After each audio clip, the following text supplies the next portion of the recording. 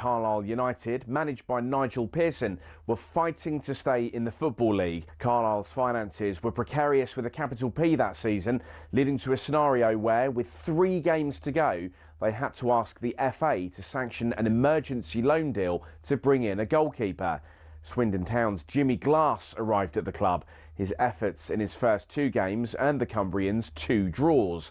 Those vital points meant that Carlisle went into their final game of the Division 3 season, now League 2, needing to beat mid-table Plymouth Argyle in front of their own fans and hope their relegation rival Scarborough didn't win against Peterborough at home. The game at the McCain Stadium finished 1-1, and with the same scoreline at Brunton Park deep into injury time, Scarborough's fans invaded the pitch en masse, believing their Football League status was secure, convinced they'd done enough to stay up. However, there'd be one more plot twist. Carlisle won a corner in the dying seconds, and up came Jimmy Glass. In one of those you couldn't make it up moments, Glass scored from a rebounded header and was promptly swamped by teammates and thousands of fans who quite simply couldn't believe what they'd just witnessed.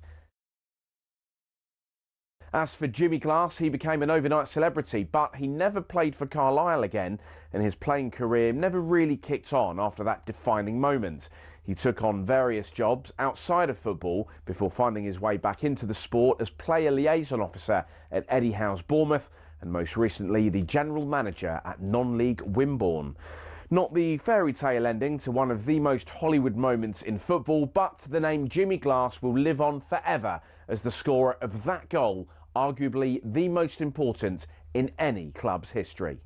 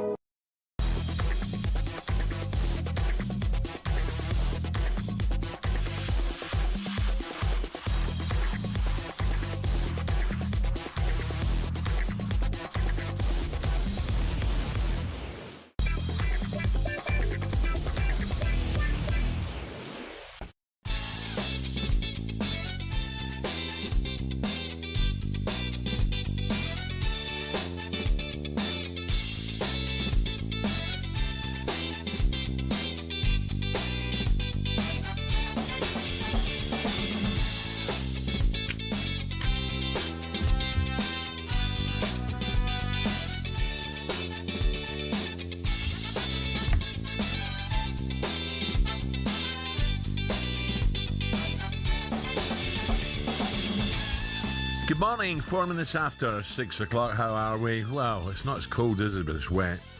Mind you, up north, I don't know what it's like way up north. I think they've got it to come, haven't they? Yes. talkSPORT Breakfast with Arnold Clark's Real Sales, the UK's biggest used car sale, and it's on now. Check out arnoldclark.com. Gabby's alongside me. Gabby, I did watch quite a bit of football, then went to bed. Yes. I mean, I didn't know what game to watch. Obviously, I watched the Villa game. No, that's the problem, with too many choices. I watched the Villa game, and also I watched on my phone. I watched bits of different games. I thought Man City were a bit of a shambles out. I did say, didn't I, yesterday? Well, what you did say was Villa might struggle. Yeah, and that's actually a good result for Villa against Palace. Really? Yeah, because we've lost 6 of our last 7 out against them at Selhurst Park. I think a draw was the fair result. I knew Man City would drop points. I just had a feeling. Defensively, not great. So wasteful going forward, Al. And Brighton had so many chances, Al. They were cutting Manchester City open with ease. Bournemouth, great result, last-minute winner for Semenyo. Just on City, what do you reckon's the matter? There's something not right at City. Yeah, Can't keep blaming injuries. No, listen, defensively, they're lacking numbers, of course. I mean, Aki played left-back. But I look at Rodri. Rodri didn't start. He come off the bench. I look at Haaland. He was very wasteful last night. He was a bit... scored a penalty, but he had a few chances you expect him to score. Bernardo Silva had a great chance. I just think something's not right going forward as well, Al, with Manchester City. And well, for me, they're too slow getting it to Haaland. Yes. Haaland of late, listen, I didn't see enough of him last night, but for me, starved of the ball. The type of energy he's got at the moment and those resurging runs, get him the ball. Also, last night, what he was doing a lot in the second half was snatching at things, Al. You know when you're a bit frustrated as a striker, and whenever you get the ball, you shoot when you shouldn't have. And you're shooting from ridiculous angles and distances. He's doing that a lot last night. But I just look at Man City, Al, and they looked tired. They looked lack of energy. And it's starting to feel that they're giving up a bit on the fight of the Premier League. Let's be honest. If Arsenal can win tonight... 8 points. I think it's a hard game, but I think if Arsenal can win tonight... I think they win, yep. You got to say it's Arsenal's to lose. Yes. But I think as well, when you look at last night as well, Al, I know it's a Wednesday night, but a lot of empty seats at the Etihad. When you can see it on the TV, a lot of empty seats. But I just watch Man City. I don't think that they really believe watching them. No, until they get 2 up, you're always thinking, we're going to give one away here. Exactly. But other results, Spurs lost again, Al.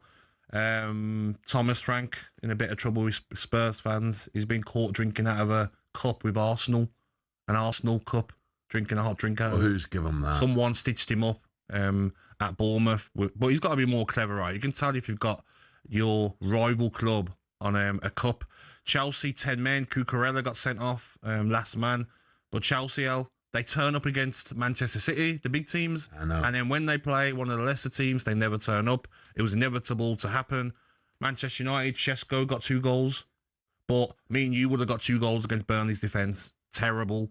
Manchester United still not great last night. Brentford, big result. Brentford, comfortable against Sunderland. Thiago, 16 Premier League goals. And he missed a real good chance. 16 now. And he's broke the record as well for the most goals scored in a season by a Brazilian. More than Firmino.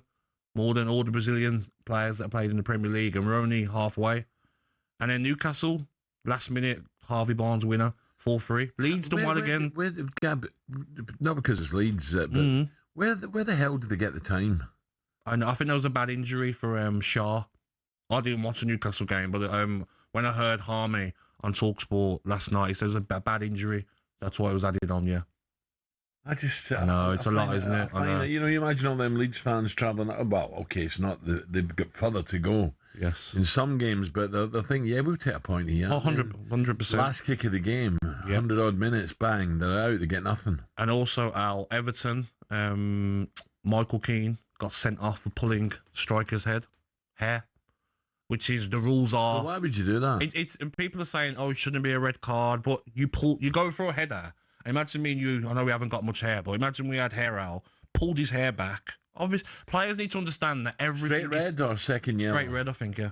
But Al, every player's got to understand, this isn't like the olden days. Everything's on camera now. No matter what you do on that pitch is on camera. And then Jack gets sent off as well, second yellow for clapping the referee. Yeah. Finally got a foul, and then he clapped the referee sarcastically. I don't think it warrants a second yellow for a red card. So David Moyes wasn't happy. Okay, right. So a frustrating night for City. Brighton tried their best to give Pep side several runners. It didn't work. Pep, let's hear from Pep. Pep said, we've done everything, but score, simple as that. Not about the frustration. So score goals is part of the stats, or part of something you have to do well. You have to defend well, the transitions, you have to do well, the build-ups, the high pressing, the middle block, the many things. And now the stats is score goals. And that is what we miss in these 3 games. 2 goals from Sesko weren't enough for United to win at Burnley. What about Darren Fletcher? He wasn't pleased at all with a 2-2 draw. I didn't think we started particularly well. I thought we were a little bit sloppy and a little bit slow in getting into the speed of the game. If you look at their first goal, it's a deflected goal, which is very unfortunate. They need to do more. They need more tempo, they need more energy, they need more runs, more aggression, and they responded with it, and we scored 2 fantastic goals, got ourselves in a really good position, and unfortunately we conceded an equaliser. It was a great finish, but you can always look at goals and we've got to do better. But as you say, 30 shots, and the game context, we've got to be disappointed, because a point away to Burnley isn't good enough for a Manchester United team, especially after putting in a performance like that. Yeah, I'd agree. Sesko, though, a couple of goals for him. Can that kick-start his season in Jan? So he's doubled his tally. Now he's got 4 out in 16 Premier League games. I think watching him in the first half out, everything was bouncing off him. He wasn't holding the ball up. He was very poor. But second half, finally Manchester United put some decent delivery in, especially the second goal. Dorgu, left-footed cross, right in your path. Just got a side-footed in. Yeah. Not any power, just side-footed in. It was a great run, great finish. But he's got to then kick on now, because you scored against Burnley. No offence to Burnley, but Al, I think me and you score against Burnley poor defensively. You mentioned about holding the ball up, and I think it's a great part of the game that we forget about. Of course, I tell you who I've noticed is really good at holding up. Ollie Watkins. Yes. He holds it up very well. Yes. But Al, we were taught that, weren't we, as kids in the youth team? When the ball comes into you, feel the defender. Do you know what I mean, Al? Feel the defender. Once you feel that defender, then you can try and roll him in the box. That's what Sesko should have done better last night in the first half. Gyökeres has got to do better at that. But that was the game. Remember Drogba? Drogba was one of the best. Ball into him. He's literally holding you. Defender can't get anywhere near you. You can go either way and get a shot off as well. Well, I think what you got to do is it's all about timing. You know, you go towards the ball, then you hold your ground. Exactly. And you're basically leaning back as well. You know you're going to get whacked. Exactly. So, but I just look at last night's results, Al, and yes, Villa would disappointed not to get the win, but tough place to go for the team, and it's our bogey team, Crystal Palace. But I just look at Arsenal tonight. If they can beat Liverpool, go 8 points clear, Al. That's massive. Also, Semenyo scored the winner for Bournemouth, what's expected to be his last kick for the club. I looked at the game, thinking about having a little treble. I thought I'm leaving Tottenham alone. A bit of discontent in the Tottenham away end at full time, and Darren, I call it the sports bar, he said it's all a worry right now. We don't know what's happening.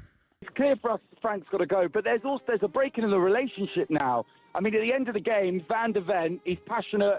He's been incensed during the game. He comes over and he's calling a fan out for a fight.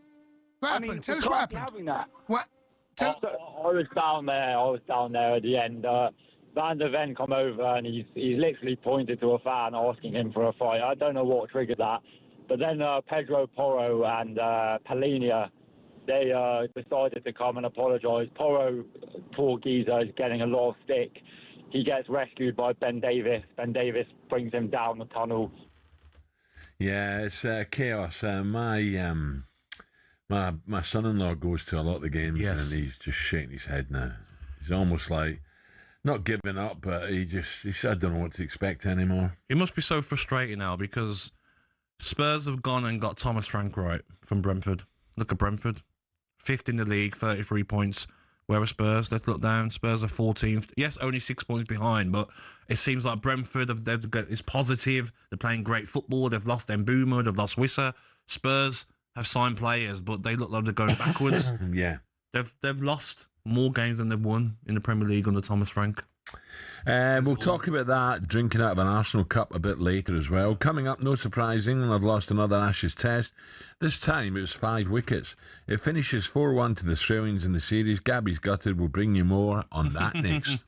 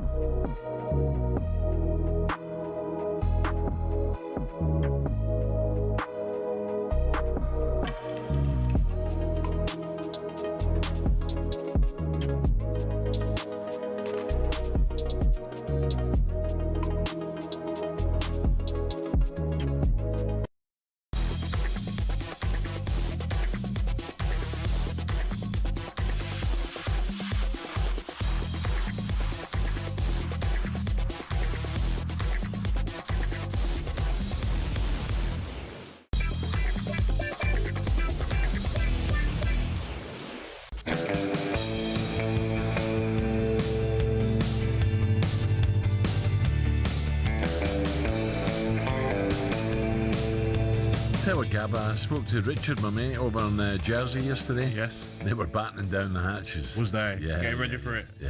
I can imagine. Now, normally they're a bit warmer than us, but they're going to cop it today. Yeah.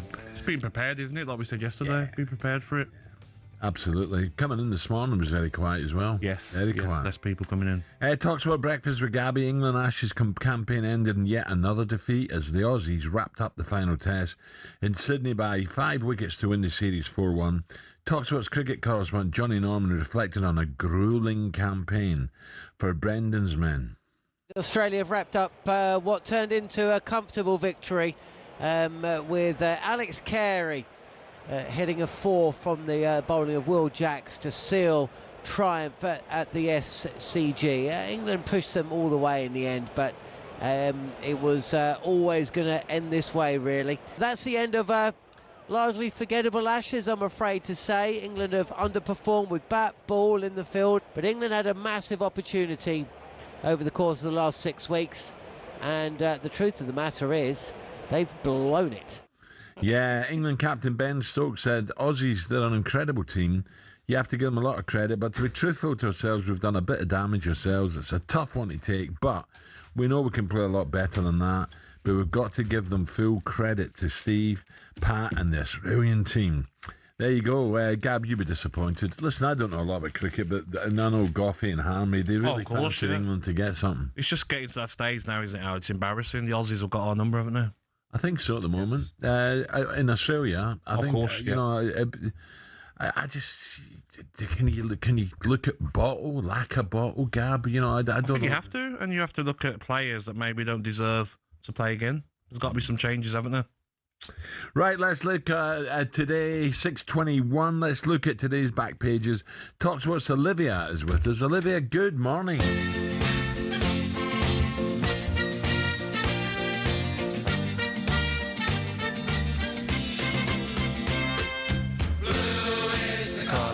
Oh dear, Olivia. Blue is the colour. Wrong words, Gabby. Is that the word? It was, so you sang at the wrong time. Oh, sorry. Because it don't interest me. That far down the table don't interest me, that's why. Whatever. But seriously though, because you are chirpy about Chelsea, but you're quiet. No one hears off you about Chelsea. Do you know what's actually quite funny? Is that whenever we seem to drop points, I actually don't watch the games because I'm always here. So like I watched the first half yesterday and then went to bed and then woke up. That's early. But my alarm goes at 2:30, Gabby. Do you want me to? Do you want me? To be fair, right? Very early. That is early. That is early. So I went to bed and I woke up at like midnight, looked at my phone and went, oh, we got back into it, just to then concede. Yesterday, to be fair to them, the Cucurella red card. I mean, that is a stupid footballing decision that's cost us. The 3 yellow cards after are the things I have an issue with, because that's a discipline problem. Do you know what I don't get, Olivier, is that like Cucurella's moaning about it. We saw the Michael Keane red card.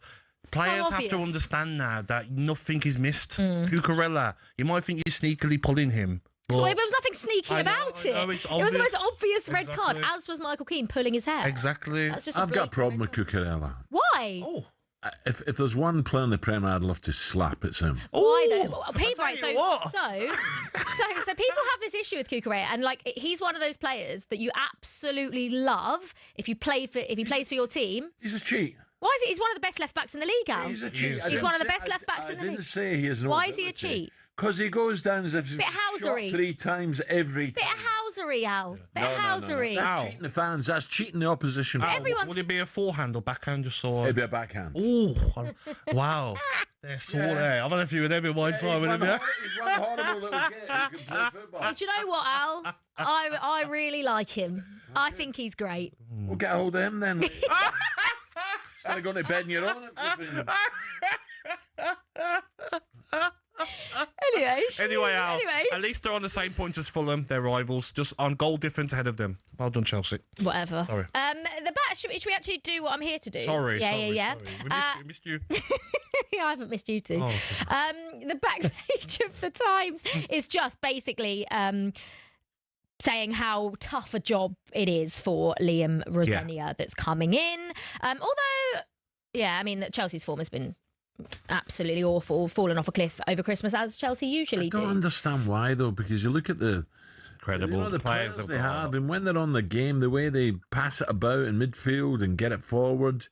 We had chances yesterday, even with 10 men. Yeah. Liam Delap had a chance that he should have scored. By the before. way, I see improvement in him coming. Yeah, me Scored his too. first Premier League goal for Chelsea. Yeah, I do. Well, he has missed a lot of the season through injury, and obviously picked up stupid red cards as well. But I thought he was Strong, very he holds positive. up. Yeah. Very I like positive him. against Man City when he came on. And thought yesterday he was deserving of his goal. He took it really well. Need more from Palmer.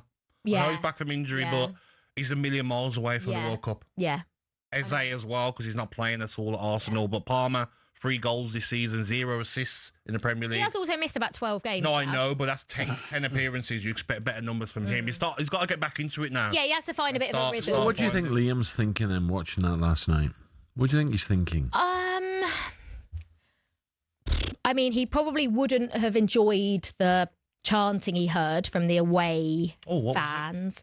We're going to get into it a little bit later. Okay. But No. You wanna get into it now? A few But we've- million people are now saying, what? What chance? Well, why chance don't we just keep them hanging Exactly until how. 6:45 hour, and then Yes, they'll tune back in at exact- 6:45, Or stay on. or they'll just Google it to find out what happened. But don't do that. Stay on. Yeah.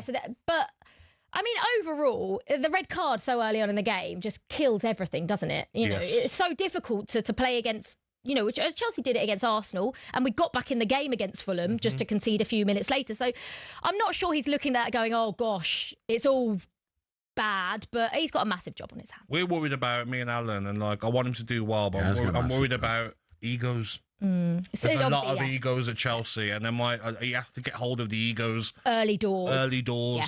Stamp his authority down. And I hope he does that. And Yeah. Liam Rosselli's got my full backing. Let's move on to Manchester United, because they look like they're going to appoint a new interim manager at some point. Just a few of the back pages. Heaven knows I'm miserable now. Turf start for Fletch. Turf to take. That's the back of the Mirror.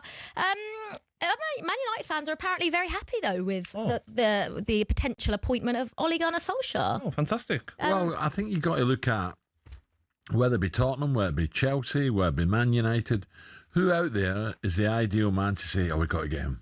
There isn't at the moment, is there? Well, Luis Enrique available in the summer potentially. Yeah, he's top class, yes. Unbelievable, like world-class manager. Yes. World-class man. He's a great man to interview. I think after the World Cup, it could be different.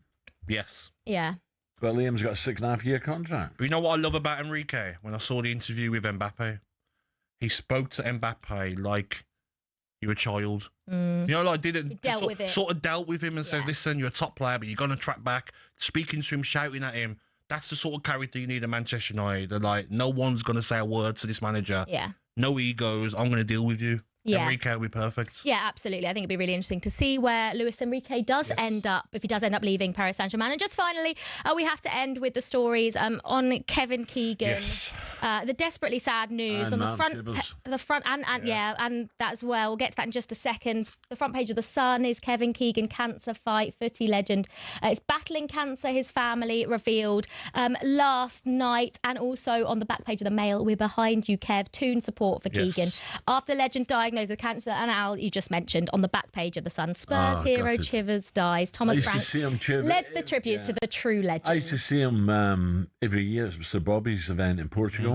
Very unassuming. You know, this was an England centre forward, a proper old target man. You know, and I didn't know he was ill, but he's getting. You know, he was 80, I think, wasn't he, Chibs? Okay, yeah. But he didn't look it. He looked really, really good. You know, but I haven't seen him for a few years because I've not been at Bobby's. But when I heard that, I'm like, no, another one. All bad news. Horrible. Yes. What sort of player was he, Al? Target man. Yeah. Target, hold it up, give it, get on the far post, bang. You know, out jump the defender. Yeah, proper player. Yeah. Proper player. Yeah, so we'll finish with those two stories. Yeah, and Keegan, as we know, what a career. Brilliant. Yes. Right, Olivia, thank you. Good career. 6:28.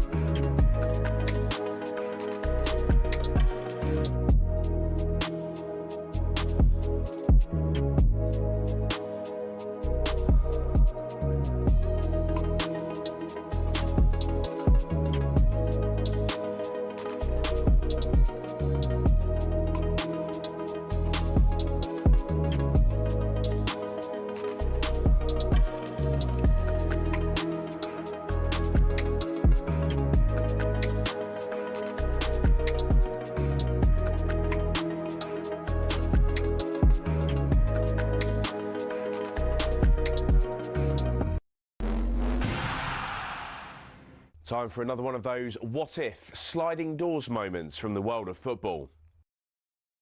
In 2010, Sam Allardyce's Blackburn Rovers were plodding along in the Premier League, never really in danger of relegation, but not sharp enough in front of goal to challenge for a European place.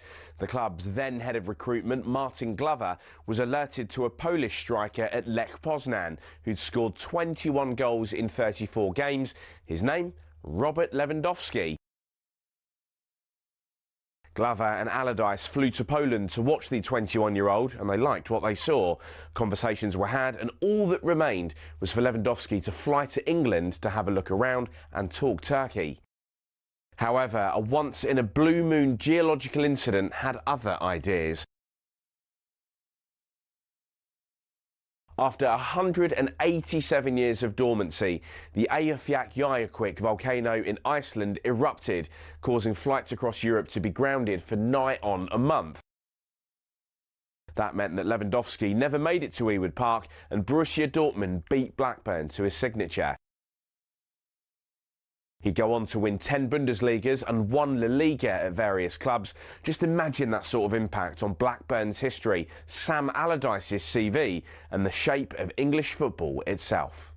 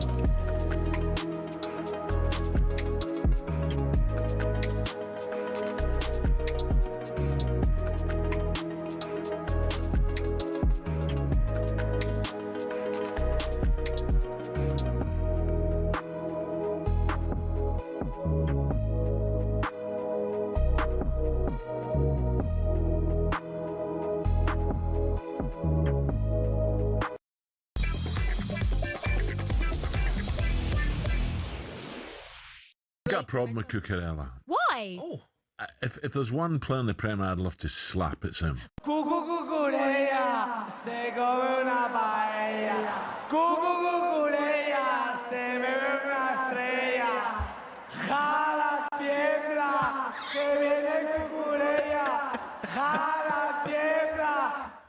That sounds like we Stewie after a night out, doesn't it? Cucurella. Backhand slap, yeah? Oh, look, as a player, absolutely. Top, yeah. Yeah, he is. Very good. He's one of them, if you play against him, you know you're in for a tough night. But 100%. I just hate his antics. He likes to fall to the floor easily, and, you know. He's always in your face. Look out! It's I don't know what it's showing a replay there. It pulls him back, and he's got the nerve to say that he didn't touch him. Yeah, like, look up in the ref's face as well, and he does it. Theatrical or what? Yeah, annoying. But as a player, look, Chelsea fans, don't have a go at me. As a player, he is tough to play. Yeah, against. look at this though. Look now. Wait there. Yeah. Wait there. Look. Wait there. Tell me that's not a penalty. No, look now. You're pulling him back. Of course he is. What are you moaning at? And Wilson's got to go down. He knows he's in the box. Of course. No, you're right, Gab. Right, let's head to a positive now. 26k for 2026 on talkSPORT. Yep, time is ticking. You only have got until 12 p.m. tomorrow to enter for your chance to start the year with £26,000. The winner will be called at 12 p.m. tomorrow with a cash paid straight into the bank account the same day. Imagine that. That caller, that phone rings, you pick it up and you've won 26 grand. Yeah, it's 26,000 for the year 2026. Don't miss out. Here's how you can do it. For your chance to win, text WIN to 83838. That's WIN 83338. Text costs £2.50 plus your standard network rate, or call 0343 423 9761. Lines closed 12 p.m. tomorrow. That's when you need to answer your phone. Don't forget if it rings. UK residents only, 18 plus. This is a network promotion. Full T's and C's at talksport.com/win. So for your chance to win, text WIN, WIN, to 83338 right now, and good luck. Now is a perfect night for Arsenal. We saw City and Villa both drop points. I'm looking forward to tonight, Gab. Yes, I do think Arsenal. Can Liverpool turn up? No, I think Arsenal. I'm going to go 2-0 Arsenal now. Are you? Tonight, yeah. You never know with Liverpool, though, do you? They can. Yeah, I just worry about Kirkes at left back, right back. I'm not sure. Yeah, I'm not. I think it's the midfield, Gab. I think Liverpool have got to somehow flood the midfield and get control. Ekatike missed the last game as well. Is he fit for tonight? I like him, yeah. Isak's out injured, so Gakpo played down the centre last game. Good player, Gakpo, I like him. Yeah. Elegant. It was a perfect night for the Arsenal. Of course, on the sports bar, Jason Cundy said it's time to accept the title is heading to North London. I've said they're going to win it. I've said the last 3 seasons they're going to win it, and they come up short. But they've always been there. They're always like ratting about, putting in a challenge. They didn't sustain it. This year, City have dropped. Arsenal been there every single time. Arsenal been putting the scoreboard pressure. We win, it's over to you. We win, over you. And City have dropped the ball. They've dropped the ball. And they've not been good enough, and they're not good enough. That's the truth. They're not. And that's fine, and that's okay, because you can't keep doing it every single year. Pep will come again. He'll evaluate what's going on, assuming that he's going to be a manager next year. I don't see a reason why he wouldn't be. And they'll come again. But right now, you can't argue with Arsenal, mate. That's the problem. You can't argue with it. Interesting what Jason said. Pep will come again. Will he come again next year? I'm not. I think look, Arsenal, it's theirs to throw away, and I just wonder if it's frustration is going to get to Pep where he says, "I can't do any more for." Yeah, the last few games, I mean, they've drawn their last 3-0. You're in a title race and winning. How many games have they been winning and thrown away last few minutes? Exactly, and as well the games. Sunderland away 0-0.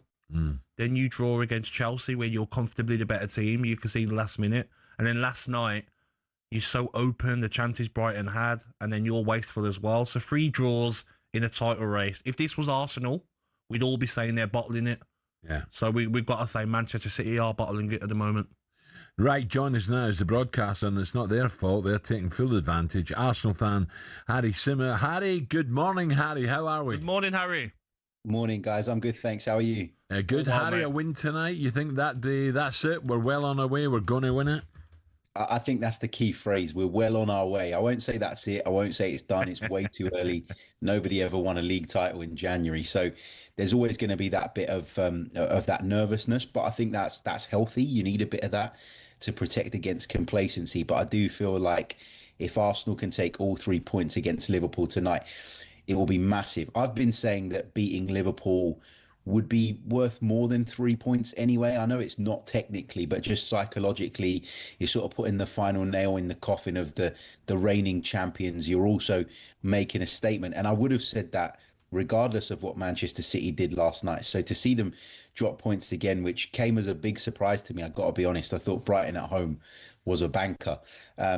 To have this opportunity that Arsenal do now to extend that lead to potentially 8 points is massive. And you know, people will say, well, it's added pressure to Arsenal in a way because there's that opportunity there. It's dangling there and they've got to go and take it. I would say it allows Arsenal to go and play the game with a bit of freedom. Yes. You know, worst case scenario, Arsenal get beat tonight, then they're still 5 points clear. So I think it's that freedom that Arsenal are going to benefit from. And, you know, we keep talking about Arsenal. Do they have what it takes to get over the line mentally? I don't think anybody doubts the quality of the side.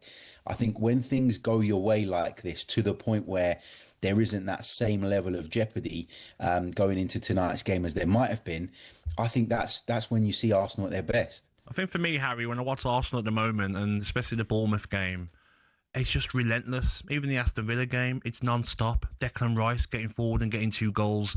The options that you've got, Madueke having a very good game, then Saka coming on and getting an assist. I mean, I don't know who you're going to play tonight, but the options you've got, everyone's going to be performing, aren't they? Because they're fighting for their place. Yeah, for sure. There's options all over the pitch at the moment. And, you know, particularly in that back line, you're still talking about Arsenal without key players. You know, Mosquera proved himself to be great cover. He's still out. Nketiah has come in and done brilliantly. Calafiori's out. So Arsenal aren't without their issues, but the squad is so big now that they've got those options available to them. And in attack tonight, I'd imagine that he's probably going to bring Saka and Trossard back into the starting 11, which means that Madueke and Martinelli come out. You know, Kai Havertz could be involved tonight, and he's been out for a while. So Eze can't get a game, Harry, can he? You know, because because Odegaard's doing so well and other players, I think he's right that he's not in the team. He's got to earn that place back, hasn't he? Yeah, absolutely. There's been a lot made of that, I think, in the last few days, how little he's played in recent weeks. But as you just said, Martin Odegaard's probably been in the best form over the past 3 weeks that he's been in maybe a year and a half. So actually, reward him for that. He's the team captain as well. It's always going to be difficult to displace him. But again, that competition for places, I think, has really brought the best out of some of those players. And we're seeing the benefits of that. Yeah, you mentioned earlier as well, Declan. Declan's been special. Oh, superb. Top. Yeah, he's been unbelievable. And for me, if I'm England manager going into the World Cup, I'm looking at Declan. I'm studying what he does at Arsenal.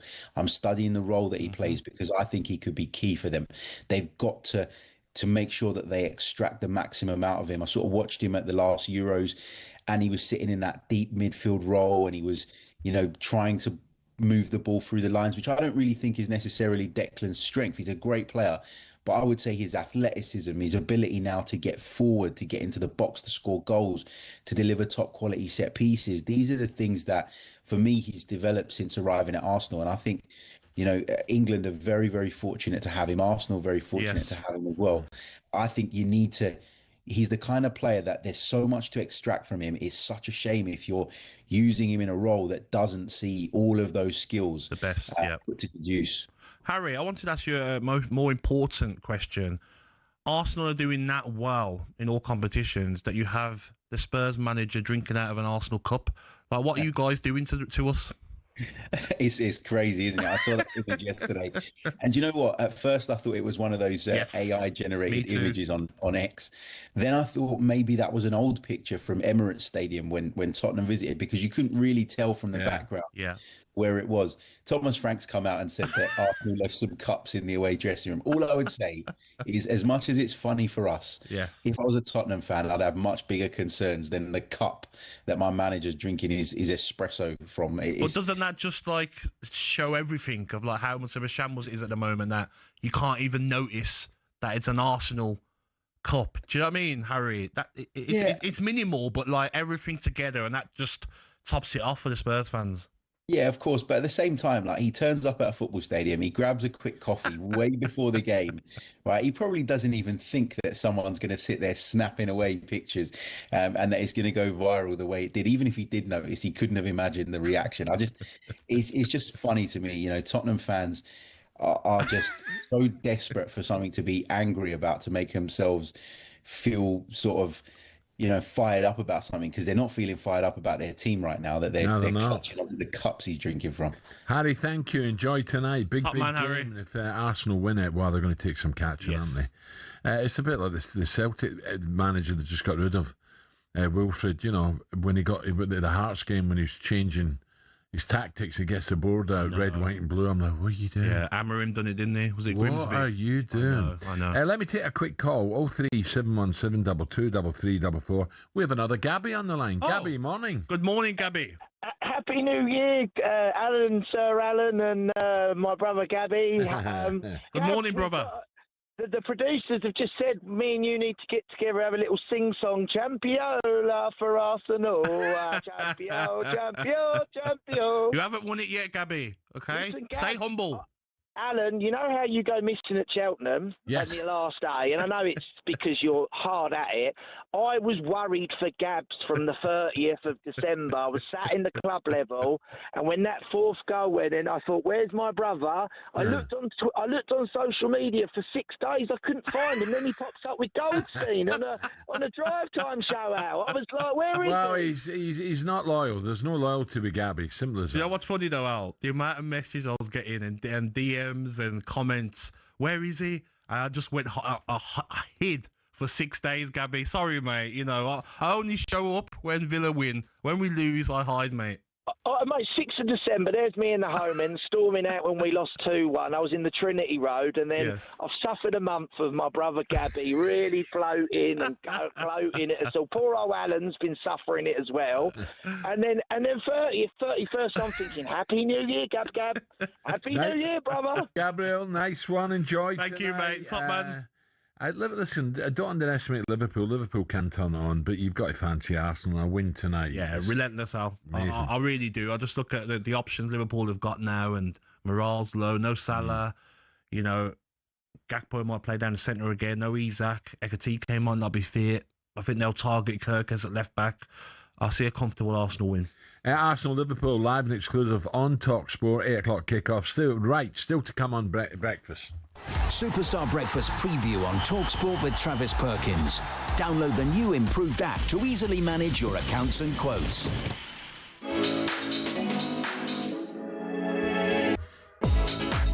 So the Ashes is officially over. Australia 4, England 1 is how it finished, but crucially it wasn't 5-0, as Aussie journal Malcolm Conn told us it would be. So are you saying this could be a whitewash, Malcolm? Well, that's pretty standard, really, isn't it? It might rain in Sydney, so it might be a draw, so it might be 4-0, but outside that... No, I think it's a bit strong here. I've got my next question. Well, let's see if Malcolm wants to eat some humble pie. I don't think I'm going to ask him. No way. Nah, the Aussies have stuffed England. Simple as that. That was our breakfast preview with Travis Perkins. We will talk cricket. Superstar Breakfast preview on talkSPORT with Travis Perkins. Get free next day track delivery. Head to travisperkins.co.uk or download the app.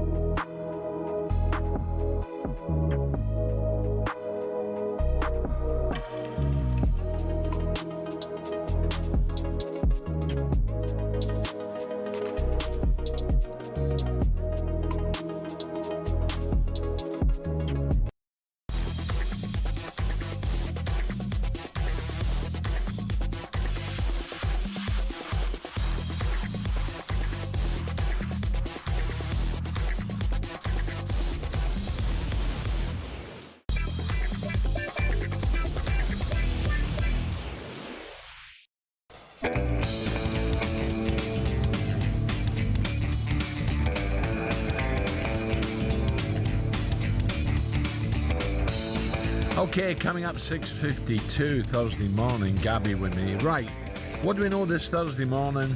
Semenyo could join Liverpool over Man City. What? Despite having a medical booked in at the Etihad, according to Jamie Redknapp. Semenyo, 26, expect to join Pep's side for around, I think, £65 million as part of a release clause in his contract. So that watch his space. Australia beat England by 5 wickets to conclude the Ashes series. It ended 4-1 to the Aussies. And sad news from a football legend. Kevin Keegan has been diagnosed with cancer, stomach problems, his family have said. Current Newcastle manager Eddie Howe expressed his admiration for Kevin after the win against Leeds United last night. Yeah, it was very much in his team's trademark tonight, and I'm sort of very pleased that we were able to deliver that for him and his family. I think initially when I heard the news, it was one of shock and just feeling and thoughts with him, love with him. Such an inspirational figure here, player, manager. What he's given the football club in his life is incredible. We as a football club pay tribute to him and just hope that he can find the strength to fight. And we send him all our love. Well, that's something. Kevin is not short of strength. Trust me, enthusiasm, strength. Hell of a player, went over to Germany, didn't he, and took Germany by storm. And as an England manager, Parlour's got some great stories. How good was he, Al, as a player? He was so busy. Yeah? He was all over the pitch. He'd never give up. You know, one of them. Where is it Neil Warnock who says Dean Saunders rat up a drain pipe? Yes. Well, Kevin put in as much work as Dino. Don't worry about that. He was Kevin. I love that iconic clip though as a Managerial. Oh yeah, you know what is that? Was it I'd Newcastle? love it. Yes. I'd love it. I'd love it if they lose there. Yeah, and but you know, I go back to Kevin's late professional career when he was at Laurie McMenamin, Southampton with Shannon and Alan Ball, people like that. You know, they were a real good side. They had all the old boys in there with the know-how. In February, they were top of the table, which was the old Premier. They were top, you know. So I really wish him well. And then the other sad news, Martin Chivers. Yes, definitely. Chivers was, you talk to any of the Tottenham older supporters will tell you, Chivs was fantastic. Yeah. Did he not?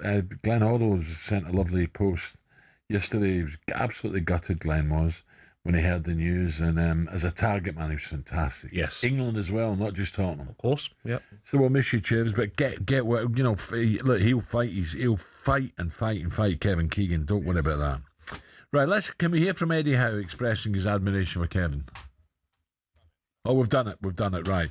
For more on this and all these stories, head over to talksport.com and God, Kevin, you think about it, is it Hamburg? I think it was Hamburg Kevin went to, wasn't it? Over there where he took the German Bundesliga by storm as well and was a bit of a pop star. Oh, remember lovely, that? Yes. Right, Olivia is back with us to talk about the unrest at Chelsea right now. What are you smiling for? What have you been finding out? Yeah. What's the unrest? Well, you didn't need to, if you watched the game yesterday on TV, you would have heard the chanting started from I only watched the first half and it was literally from the moment I turned the game on, chanting Roman Abramovich's name. And sort of as the game went on, the chants got worse and worse towards Ben Adigbali, who was sat there next to Liam Rosenor. They were chanting, "We don't care about Clear Lake, they don't care about us, all we care about is Chelsea FC." There was no chants aimed at Liam, which I'm really glad about, because I sat here on Monday and said that the fans need to get behind him, and I got basically slated for saying that. Because, Did you? Yeah, because Chelsea fans believe that if they're backing the appointment of Liam, they're backing the hierarchy's decision to appoint him, and that is what they don't like. And I said, I believe that you can separate the two. You can back the manager, but you can also have your separate issues with certain decisions that have been made. That's absolutely fine. Now, the Chelsea fans, I also got slated as well, shock, for saying, it's been a lovely few days for me on X. Don't do it. Don't read it then. Well, no, talkSPORT posted it, so... Anyway, so... Hold on. Who's that down to? Is that you, Ollie? Did you, Ollie?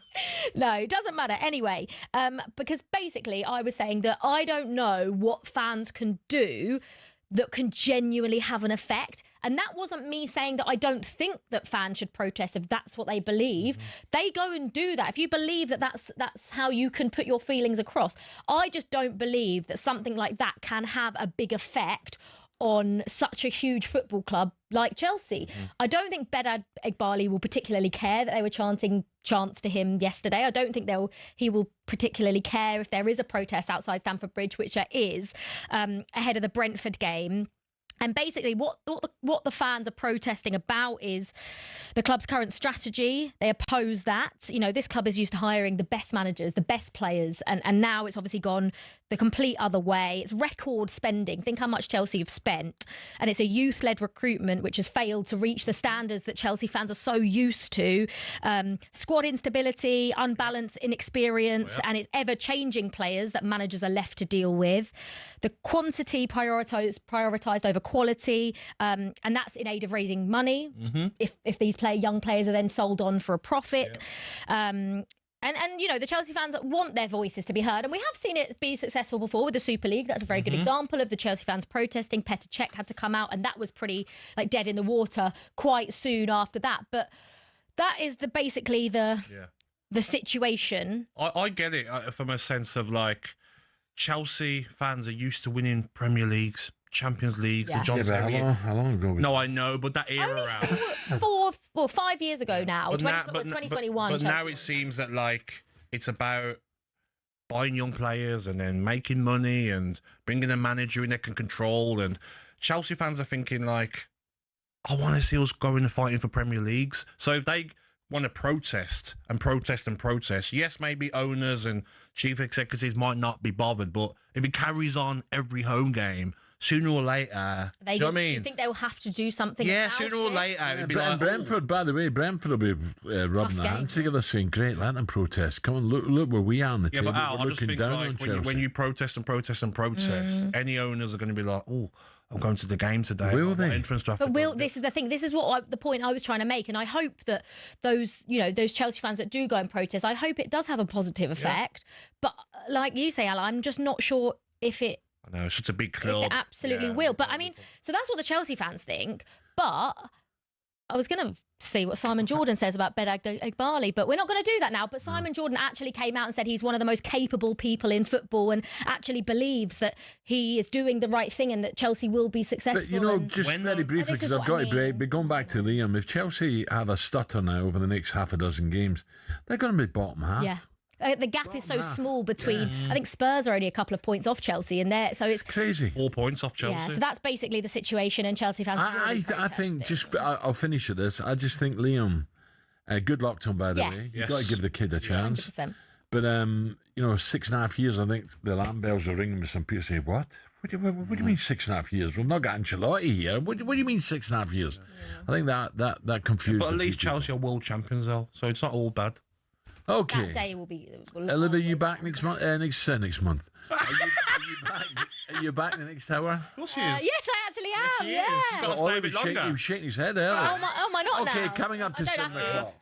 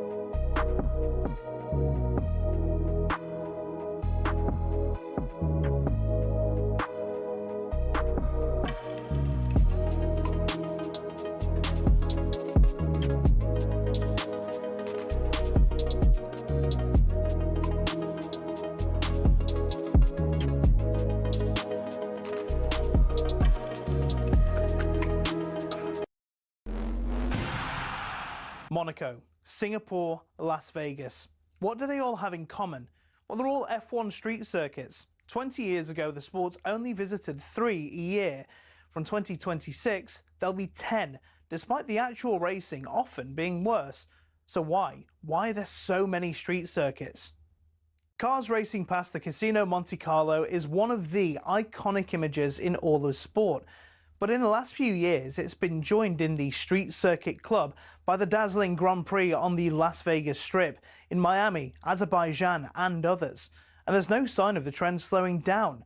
The streets of Madrid have also gotten involved, and there are conversations about Grand Prix in the capitals of Thailand and Rwanda.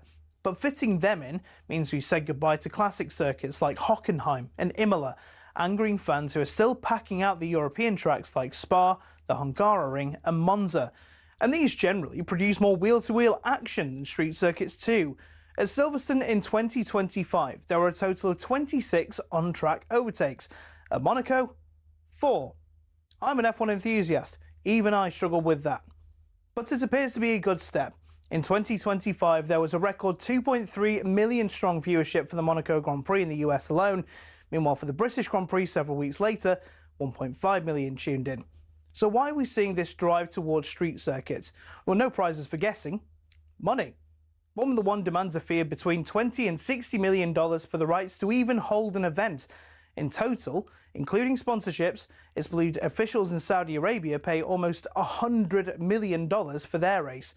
The huge fees are possible because of the street track's city centre locations, as people staying at hotels at inflated prices and tourist sites brimming with visitors mean the cities rake the cash back in when the race comes to town.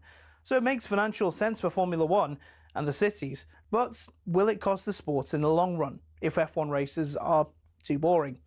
After all, nothing beats the roar of an F1 car as it flies through the forests of Europe, or mechanics watching a storm coming across the humid Asian countryside.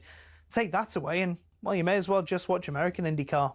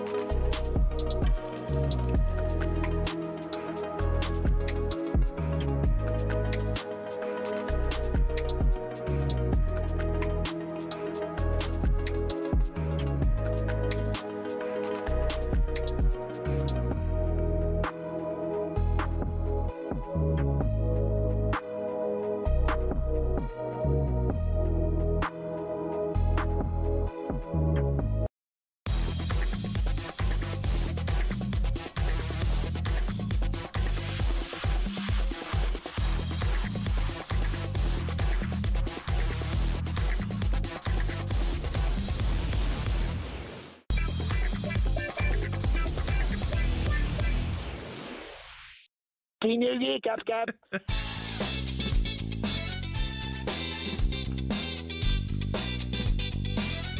had a little smile on your face there when you heard Gabrielle was on Punter. There's not many Gabs about, is there? I know. It's quite emotional to hear another Gabby out there, Al. There's not many. He was a bit mouthy as well, wasn't he? Yeah, maybe Gabriel's are just mouthy, Al. Do you know what I mean? No, he was quite fun. He was good fun. Yeah, good lad. talkSPORT Breakfast with Arnold Clark, saving your next car in the real sale. It's the UK's biggest used car sale. Gabby Agbonlahor alongside me.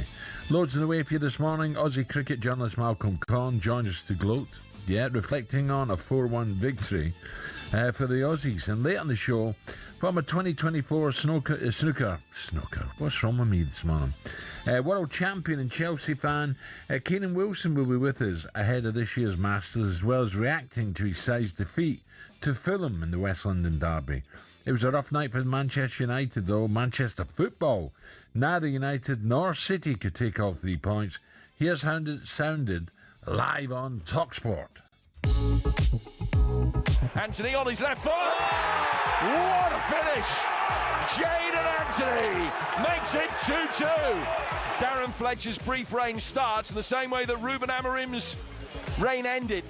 with a point, only a point, away to bottom 6 opposition. Manchester City 1, Brighton 1. Karo Mitoma is the goal scorer. Will it be a third draw in a row for Manchester City?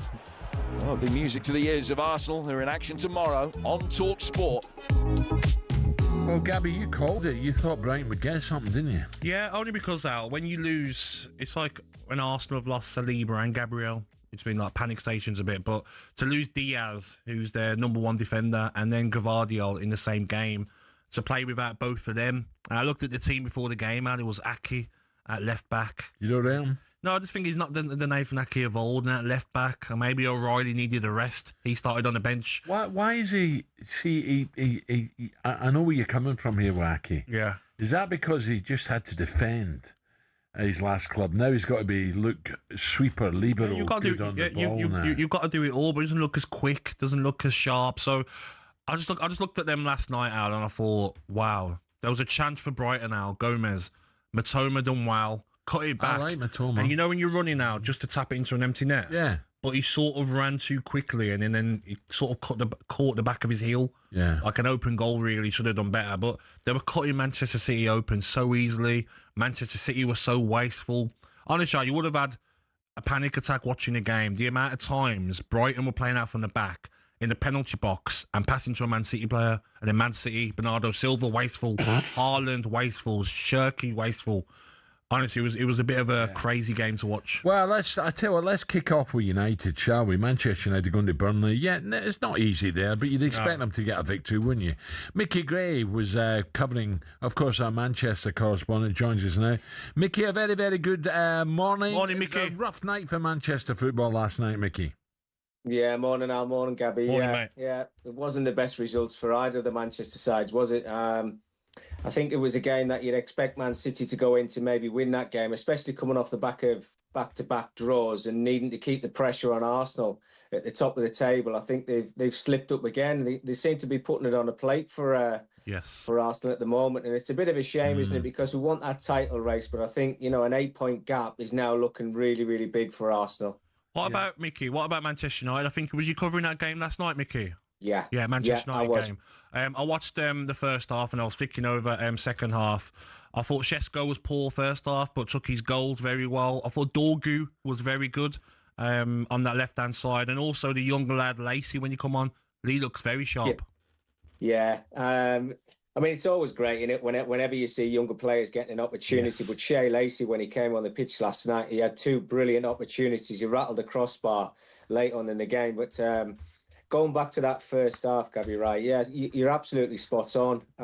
It was frustrating to watch Benjamin Sesko because you can see he's willing and he makes those runs and he actually gets himself into some good positions when United are on the attack. But his hold-up play was really poor last night.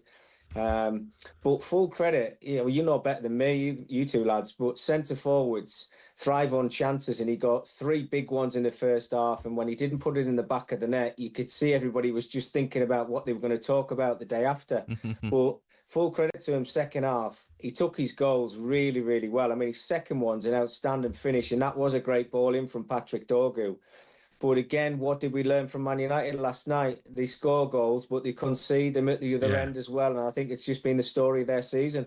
So on to City, please, Mickey. We were talking earlier about Pep next year will come back. I'm not sure he will come back. If Arsenal run away with this and a good win tonight, we'll see them. They're going to be so hard to catch. City are almost Rans again, aren't they? They control games and don't punish. Don't put sides to the sword. They should be, Manchester City. The points they've flung away and thrown away. I just wonder if the frustration is going to get too much for Pep. Yeah, he looked a little bit drained last night, didn't he, Al?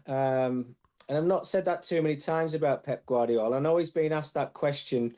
He's got the end of this season and another season left on his contract. And all great managers want to go out on a high. Yeah. And it just felt like last night he was a little bit frustrated. Look, they're creating chances, but at the minute they're just not seeing games out. They've got to score that second goal to win football matches. And I don't know. I mean, who knows what Pep Guardiola's thinking in his brain, but Yeah, it looked a little bit strange last night, and it's quite strange, isn't it? I mean, Semenyo, it looks like that's going to be over the line in the next 24 hours or something. But he's built a squad, and you just wonder whether he's going to be in charge next season to see these players out and obviously try and win a trophy. But I don't think the Premier League title is going to be going City's way this season, because Arsenal, if they're not good, they just don't lose football matches. Yes, I think as well, Mickey. When you look at the injury problems City have had, I mean, Stones been out for ages, hasn't he? Injury problems. I worry for him for the World Cup as well. Why are they getting all these injuries, Gab? I'm not sure. Can you rely on Stones for the World Cup with the injury problems? But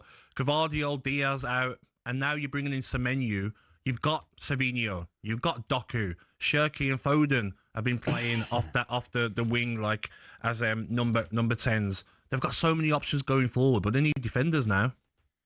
Yeah, well, I think hasn't there been talk about Mark Gahey actually maybe even coming to Man City, Gabby? And I think they could do with him at the moment with the amount of defensive injuries that they've got. I mean, a couple of the players you just mentioned there, Savinho, Mazraoui, let's not forget about him. He's away at AFCON at the minute.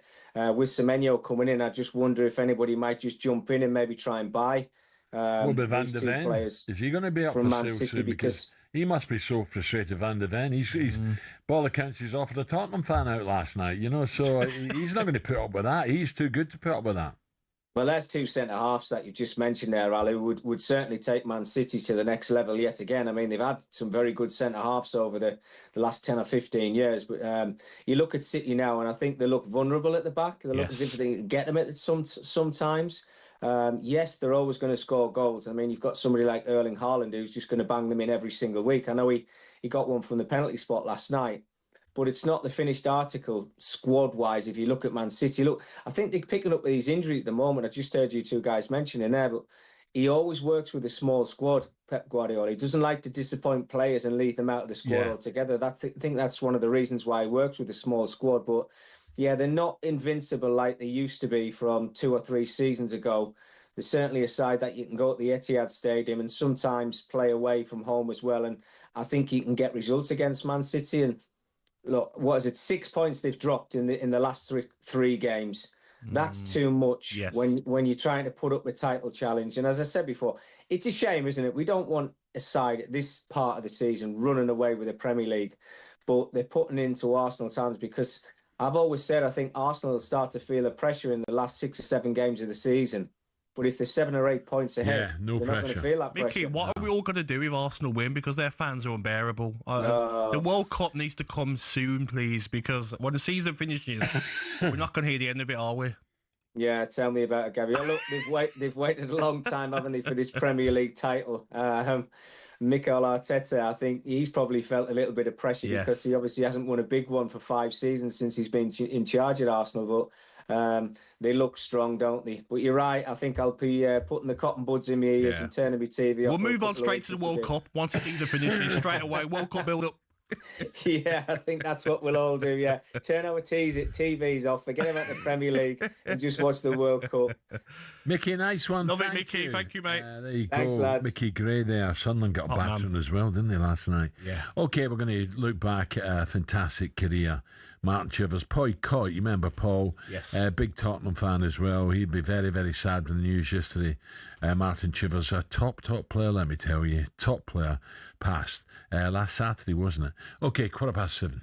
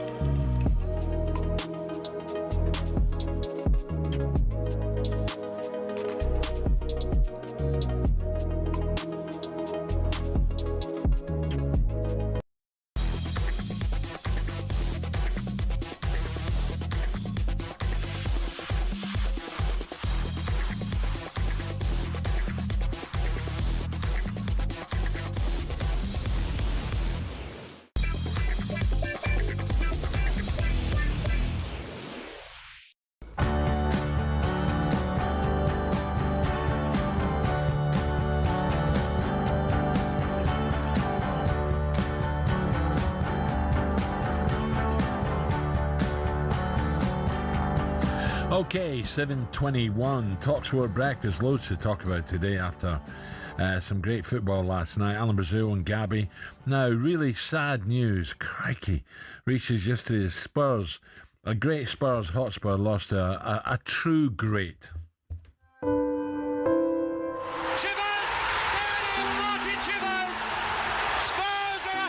When I ran out of the tunnel, come out of the ground there in that corner at Tottenham, and I just couldn't do a thing wrong. They made all the difference to me in the world. What a shot!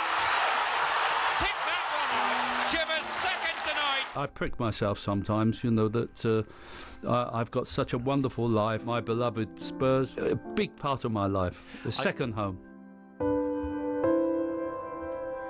Yeah, it touched a lot of people. Martin Chivers, big gentle giant as well. Not on the pitch he wasn't, but off the pitch, as I said earlier, Portugal with Bobby Robson. It was always a joy to see his lovely wife. It really was. So former Spurs, Southampton and England striker, good record for England as well, goals per game. Passed away at the age of 80. Martin was top scorer for Spurs 5 seasons running in the early 70s, filling the void left by the great Jimmy Greaves. Only Harry Kane and Greavesy and Bobby Smith have scored more goals than Martin's 174 goals for the club. Join us now for more on this incredible sad news, the voice of Spurs, the stadium announcer and ex-talkSPORT as well. Paul Coit joins us now. Paul, a very, very good morning, first of all, but very sad news, mate, eh? It really is, and you know, I still can't even come to terms with it, Al, and just hearing his voice there, and it's really affected me because not only was he a hero when I was a kid, but then, you know, it's the old phrase, don't meet your heroes, but as you know, he never let you down, and he became a very close friend and was for the last 20 years. And it's just, I was with him on Sunday. It's just come completely out of the blue. And all of us are just absolutely stunned and heartbroken. So, what Paul, a man and what a player. Paul, so this was sudden. It wasn't, you know, like John Robertson, another great player, was ill for a while. Chivs wasn't. Chivs was okay, and suddenly, bang.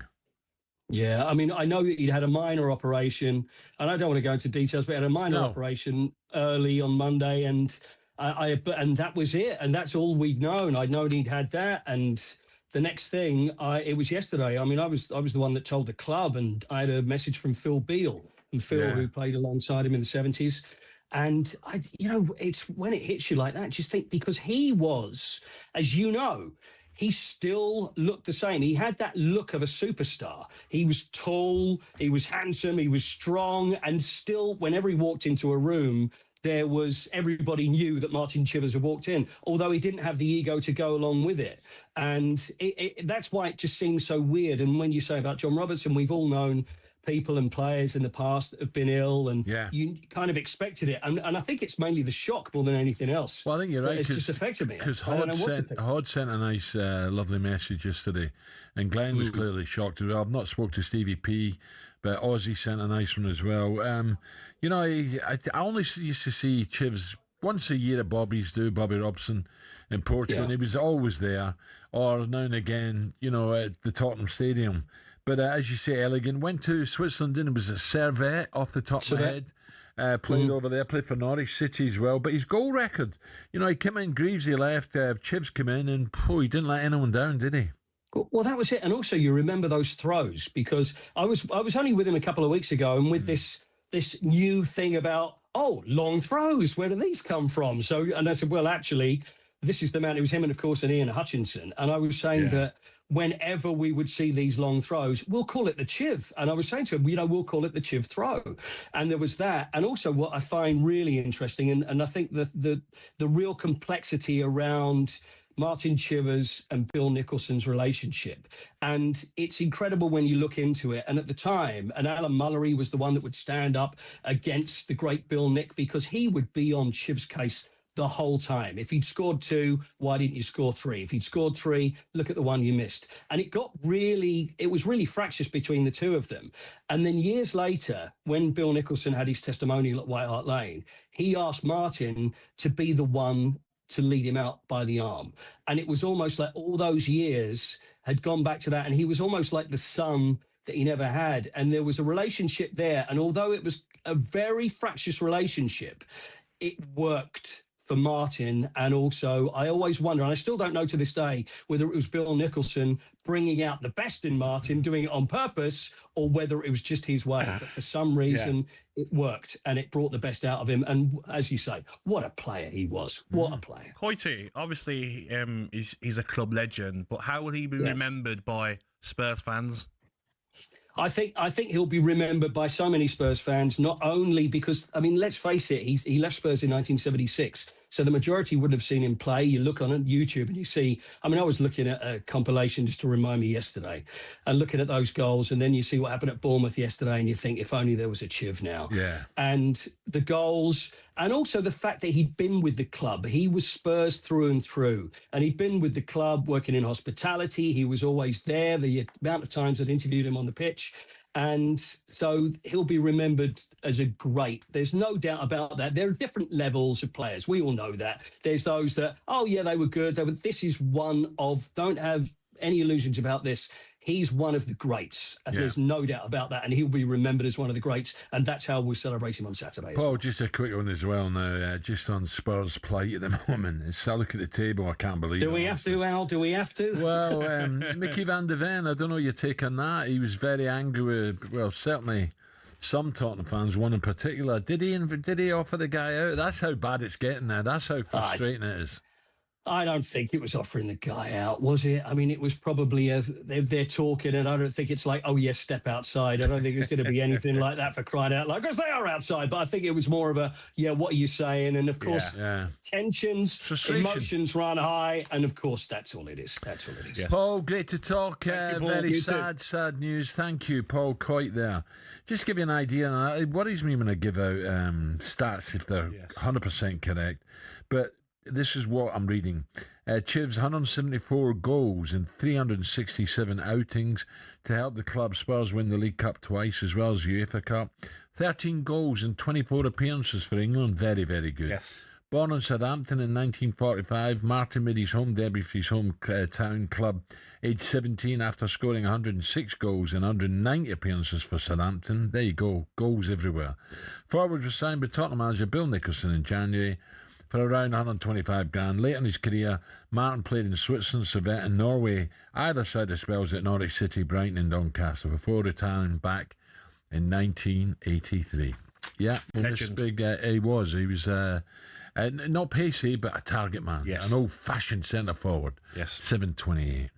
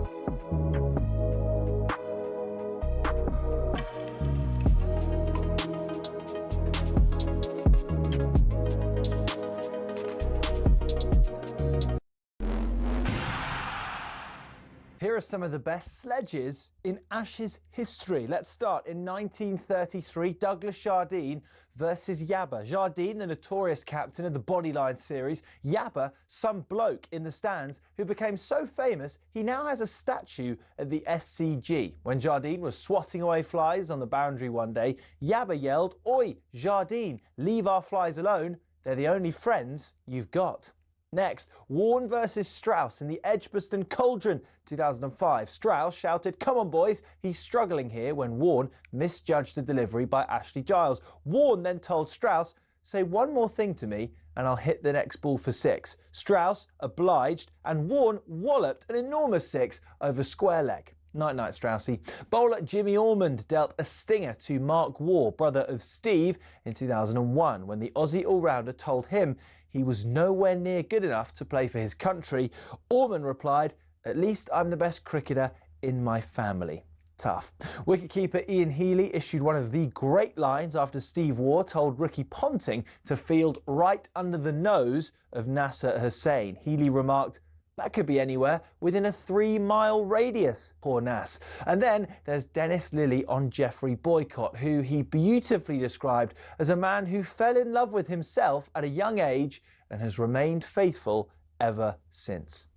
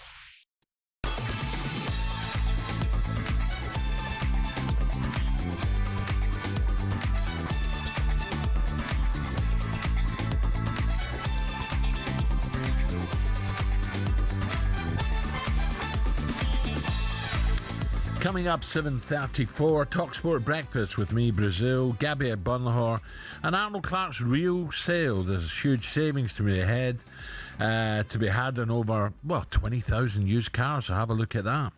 With the January transfer window open, Mark Gay has been at the centre of transfer speculation with both Liverpool and City interested, and City emerging as the front-runners now for his signature. Following Palace's stalemate against Villa, manager Glasner admitted he's unsure now about his club captain's future. I didn't say less, I didn't say more, and that's the situation right now. I believe Mark will be a Crystal Palace player until summer, and because that's what I hear from the club, that's what I hear from him. But like in football, and I think you all know it, and we all sometimes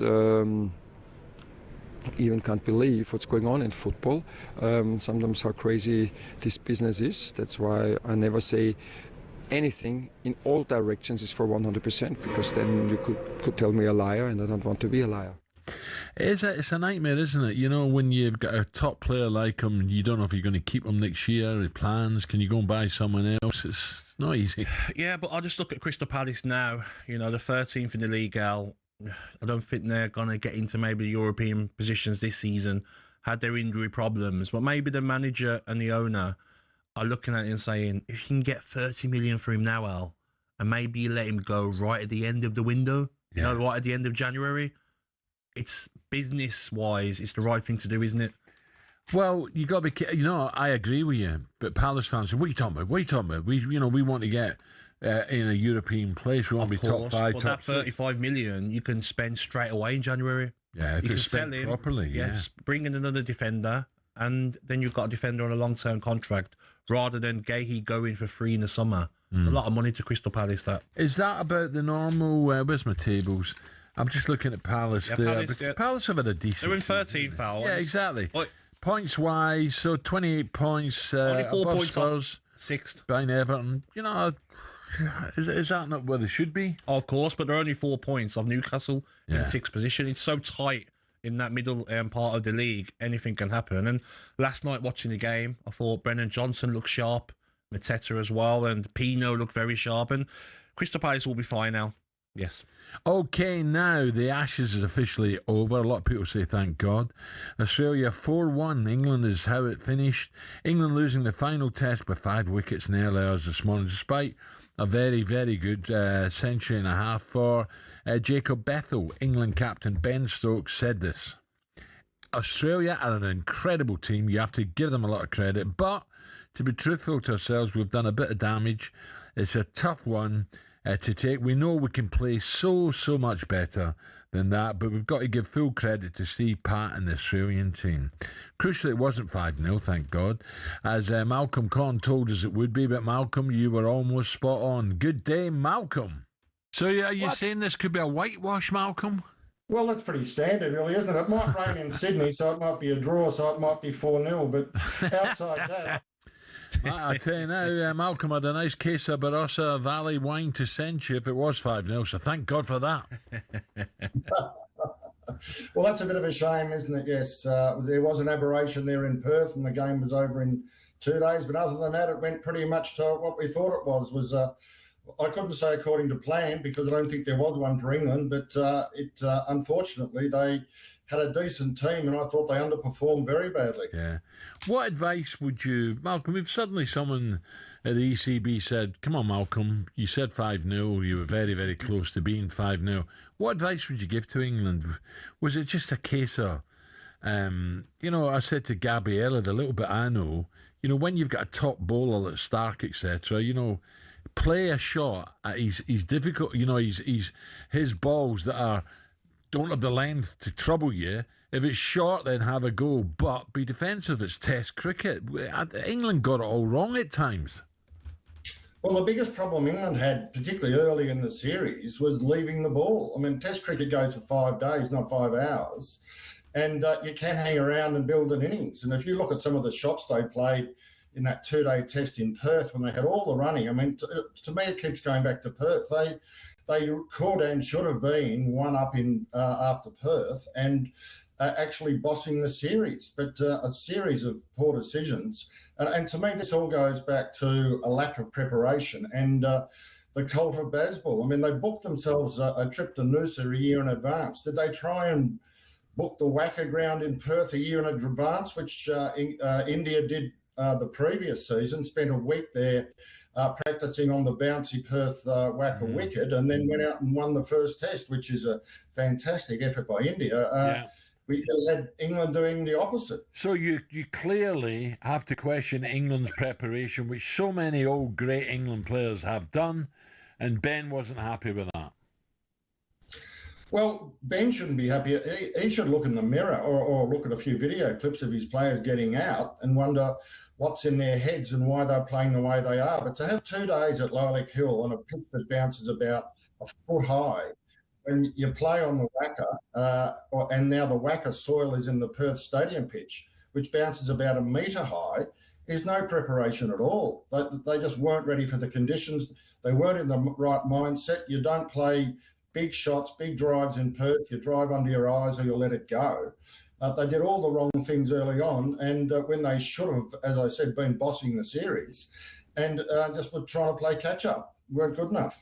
Malcolm, the Australian team is definitely ageing. Are you actually nervous now about the next Ashes series in England?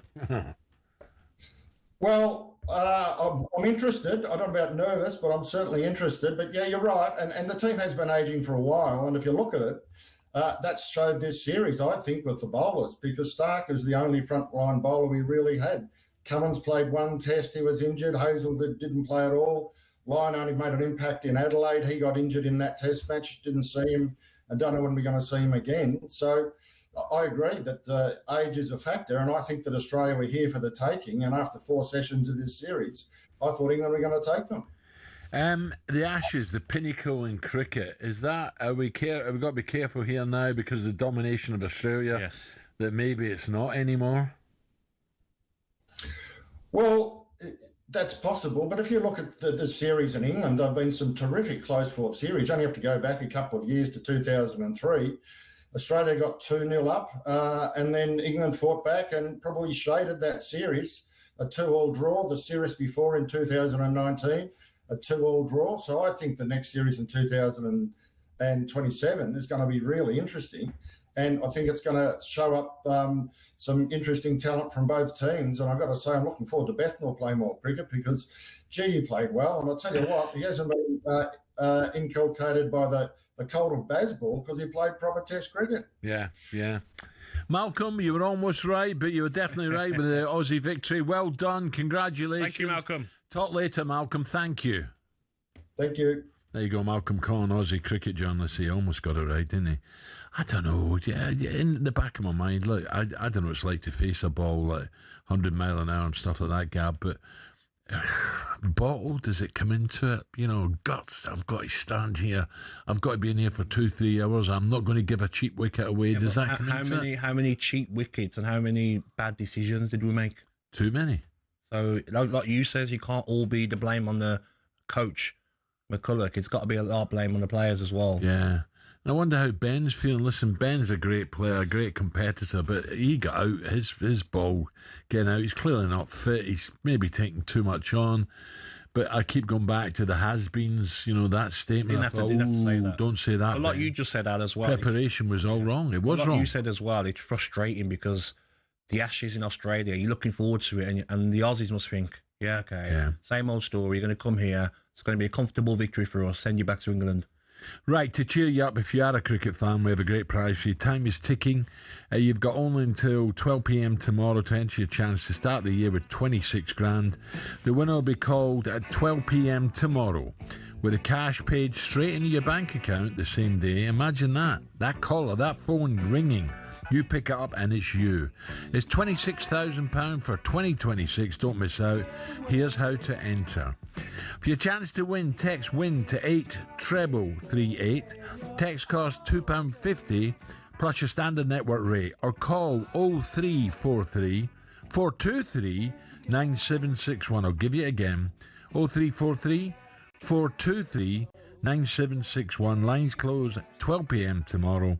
That's when you need to answer your phone if it rings. UK residents only, 18 plus. This is a talkSPORT, a network promotion. Full T's and C's at talksport.com/win. So if your chance to win, text the word WIN to 88883. That's 83338. Sorry, 83338. And now, and listen for that phone ringing. Good luck. Right, still to come on breakfast. Superstar Breakfast preview on talkSPORT with Travis Perkins. Doing what matters for the trade. Find your local branch at travisperkins.co.uk. Okie dokie, the voice of live football, talkSPORT's Adrian Durham joins us looking back last night. And ahead, of course, what a game this is tonight. Arsenal's huge clash against the reigning champions Liverpool. A victory for Arsenal, will that seal it? It's live on talkSPORT tonight. Is he ready to crown the Gunners as title winners? We'll also get his thoughts on the disaster at Spurs. Mickey van der Ven arguing with fans. Thomas Frank drinking out of an Arsenal cup. You couldn't make it up, could you?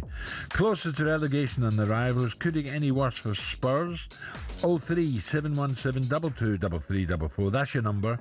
We're taking your calls. That was a look ahead. All thanks to the brilliant Travis Perkins.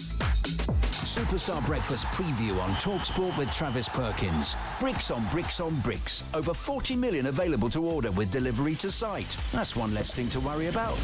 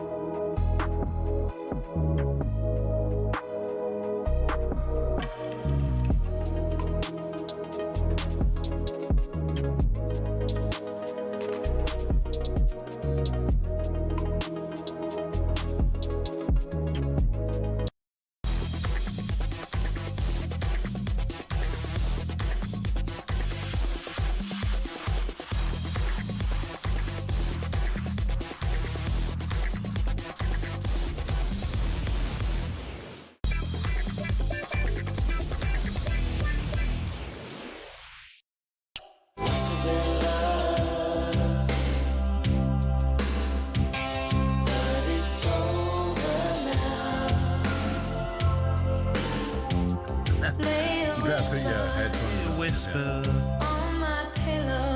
You love this song, Gabby, don't you? I think it's a bit harsh. If I'm getting this right, I think it's a bit harsh. Why are we playing this song now? Well, I think you know why you're playing. I don't know. You asked for it. Why are you playing it, Gabby? You seem to be. I like the song. That's all. Oh, yeah, that's all, is it? Yeah, I don't think it is, Olivia. I think he's pointing his finger at you. Is he? Oh, what, Gabby? Are you doing that? Not at all. I think Alan's got some questions. No. Now that you've played that song, come on. No, Alan's got some reason? questions to ask. Gabby said to me earlier, "Put Elizabeth." Elizabeth. There's something wrong with me at the moment. Poor Olivia, she's on her own. And Ed, what songs we got? So, okay, you're happy enough, aren't you? Yeah. Oh, actually, seeing as you two have been in, long-term relationships, Al, you've been married for how long?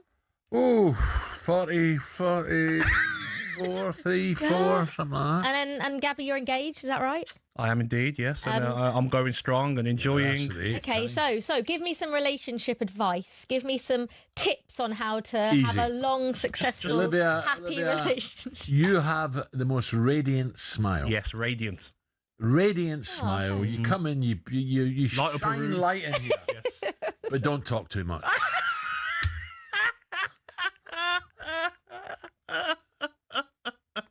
Gabby? Yeah, and I think as well, from experience, and me and Alan spoke about it into great detail, sometimes, we like to be, left alone and, have our own space, don't we, Al?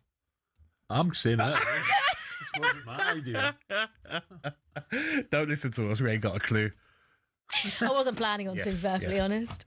So, what have you got for us then? Right, okay. I mean, what a night, by the way, of Premier League football it was. It was an incredible night, wasn't it? I know you guys have... Too much for me. I'm sitting in my flat and I don't know what to watch and what game to watch, and I end up going to the panel and then I go and try and pick up on a game. It was too much for me. Would have been ideal if more games were on Tuesday. Yes. Yeah, split them. There was 8 yesterday. Yes. Could have been 4 on Tuesday, Yes. 4 on Wednesday. 1 tonight. That's only 9. Yeah. 5 on Tuesday, 4 on Wednesday, 1 tonight. Yes, agreed. But anyway, right, so I'm going to ask you, going to keep it a little quick fire. Okay. Got a question on each game, okay? Okay. So first up, it was a cracker of a game between Newcastle and Leeds, and what a finish this was at St James's Park. Harvey Barnes turns and shoots! Newcastle have won! Right, okay, an unbelievable game. Yes. Bruno Guimaraes, Gabby, was again in and amongst the goals. He's been so good for Newcastle. Yes. He was man of the match. So the question is he a true club legend? 100%. I mean, winning the trophy for Newcastle, being a captain and won the trophy. But for me, it's everything. He gets the club. He's passionate. The fans love him. And he's giving numbers this season already. 8 goals. He got 5 last season, 7 the season before. So he's got his best tally already. And that We're only goal, halfway the through. winning goal went in what minute? 110. No, 110. Was it? Yeah. For me, was it that's bad? just... I'm sorry, I'm not taking anything away from Newcastle because you played to the final whistle. It's ridiculous. 102nd, sorry. What? It was 102nd minute. So Yeah, 12 90 minutes. plus 12. I'm 12 sorry, minutes I don't know where you get 12 minutes Yeah, I from. wonder, did something happen in the game? Shaw got a bad injury. Well, there you go, Al. Yeah. 12 minutes. Thank you for my question and answer. Okay, next up, the perfect send-off for this man. Deep into stoppage time, and guess who? It's the departing Antoine Semenyo. Okay, my question to you, Where's he Al. going? Well, Man City, innit? Well, Jamie Redknapp made a little hint, didn't he? Yeah, on he Sky? did. Obviously, Antoine Semenyo won it for Bournemouth with his last kick of a ball for Bournemouth, it looks like. But my question is, because they beat Spurs, Al, do you think Spurs would be in a better position right now if they'd kept Ange Postecoglou? I think Ange was stubborn. He wouldn't change his ways. No, I think Tottenham are still looking for the right guy to look after that squad. You haven't answered my question, though. No, the answer is no. No, so they're in a better position now under Thomas Frank. I'd say the same. I don't think a lot changed. I don't think a lot's changed. If I'm being honest, and I don't want to take anything away from Ange. He was great with my club, Celtic. I take nothing away. And he won a European. You trophy. hammered him before when you got to. Because I didn't know who he was. Oh, okay. Right, it was like Wilfred. This time I kept quiet. I thought, but then after 2-3 games, I couldn't keep quiet. I'm like, who's this joker? Who's this joker? Okay, next up. Where have Brentford unearthed this man from? Igor Thiago, ball across the area, and he's grabbed his second of the night, 3 at the weekend. Man's on fire! And he had a chance he missed. Man's on fire. Could have got back-to-back hat-tricks. 16 Premier League goals. He's now scored the most goals in a single season by any Brazilian ever in the Premier League. But Gabby, if Jurgen Strand-Larsen is worth 40 mil, what is Igor Thiago worth? Oh, he's definitely worth... I wouldn't be paying that for him. Definitely worth 50, 100%. But... Is that it? Yeah, I'd say so. Because when you watch him, he's scoring goals, Thiago. But when you watch him, sometimes when he's not scoring, he doesn't offer enough. But he does. He scored 16 Premier League goals, so does he? He doesn't really need to do anything else, does he? No, I totally agree. And his target's got to be over 20. Yeah, he's great. He's got a great chance of going to. Do you know how hard that is to score 20 Premier League goals in your first season in the Prem? 100%. Scored 16. No, when you've got them games left, you've only got 45. No. Look, you know. No, I like him. He makes great runs. He's physical. He's aggressive, and he's starting to take his chances even more now. Yeah, Man United stuttered again, a 2-2 draw with Burnley, but again, like Igor Thiago, a decent night for the big centre forward. Šeško! He's done it again! Al, has Benjamin Šeško got what it takes to be United's number 9? No, I don't think so. I think international football is good, but this is different. When you play at Man United, the pressure's incredible, home and away. And I don't think, as much as I think Delap's improving for Chelsea, your boys, I think he's suddenly showing, hello, he's up, he's now growing into it. I've yet to see that with Šeško, to be honest. Good luck to him with 2 goals and hopefully get another 2 next week, but not at the moment. Yeah, he's got to go forward now, hasn't he? He's okay scoring against Burnley. I mean, we'd all scored against Burnley. Their defence is woeful. Can you go next game and get a couple of goals as well? Yes, absolutely. Okay, next, a moment of madness for Gabby's mate. Everton, well, with 9 men, they're in a bit of trouble here. Everton 1, Wolves 1. So Gab, did Grealish deserve his second yellow, which ended up being a red for sarcastic applause? I think the referee was new to the Premier League, wasn't he? Inexperienced. I think isn't that a yellow card? Moises Caicedo got booked and got a suspension for doing that the other day. No, but I look at it and I'll say he's not coming into the referee's face. You know, he's 10, 15 metres away from the referee. The whole stadium was cheering. I just think it's an easy way of sending him off and making a statement for yourself. So you can sarcastically clap the referee now? When you're not getting free kicks. It wasn't as prolonged as Paquetá when he and Paquetá was like right up in his face. He lost his mind though. That. By the way, David, sorry, Olivia, but David talking about the hair pull. Red card. That's clear as day. It's literally it's the most blatant red card. Clear as day. Sorry, Mike. And if you ask a player with hair, I mean, me and Alan can't really comment on that. I can. You could tug your goatee, couldn't they? Okay, exactly. And it's probably quite tough to grab the goatee. And the side of your hair is growing as well. A little, yeah. But it's disrespectful, isn't it? You know, when get that song ready. Cucurella had it, didn't he? He's had it. Yeah. Romero didn't get sent off. Do you remember? Disrespectful, isn't it? Get sent off for one. If you get your hair pulled. Yeah, 100%. Elsewhere, more dropped points for Manchester City. On the far side, Mitoma wants to shoot and does and scores. Okay. I don't think I could watch City. You can't watch them. For me. Well, they just have loads of chances. Sometimes they pulverise sides with the football and the way they knock it about, and Haaland I love. But God, the times I'm watching, saying, "Come on, punish them, get a second." They need to get a second. If they don't get a second, they usually drop points, don't they? But my question is to you, Al: will Pep be at City next season? I hope so, because I think Pep's a genius. But I'm now beginning to think. This must be. I wonder if he sleeps all right tonight. Forget the 100 million in the bank. You know, Gab, you're like that, and you've got a few quid in there. I don't sleep, mate. Well. But from a Pep point of view, he must be. It must be driving them mad. The teams they should have battered and put to the sword. Yeah, but Al, and they haven't. It's nice though, isn't it, Olivia? You know, you're going through a little bit of a rough time. Okay, there's 65 for Semenyo, no problem. Yeah, Mark Gay, might go get Mark Gay as well. We got 30 for Gay, no problem. There you go. Anyone else? You know, Marmouche will be back soon. I think they need someone who can supply Haaland better. The times Kevin De Bruyne style. Last 12 minutes of the game, sometimes he's not kicked it. They missed De Bruyne, don't they? They missed De Bruyne. It, you know? Yes. De Bruyne, they've missed him. Yeah, I think Cherky, I didn't really understand why Cherky was dropped. Anyway, next one. Quick fire, guys. Yes. What season this man's having? Right, but it's poked into the corner. And Fulham lead again. Wilson. And Harry Wilson now does have his goal. Yeah, Harry Wilson scored the winner as Fulham beat Chelsea 2-1. But my question to you, Gab, is on current form, does Cole Palmer make the England squad? Definitely not. Only 3 goals, 0 assists in 10 appearances in the Premier League. Not good enough. I think Palmer and Eze are the ones that are missing out at the moment. Palmer's got a lot to do. I know you love him, he's Chelsea. I love him as a player, but he's got influence games a lot more than he is. I disagree. I just think you take Cole Palmer because I think he's magic even off the bench. Even if he's not playing well.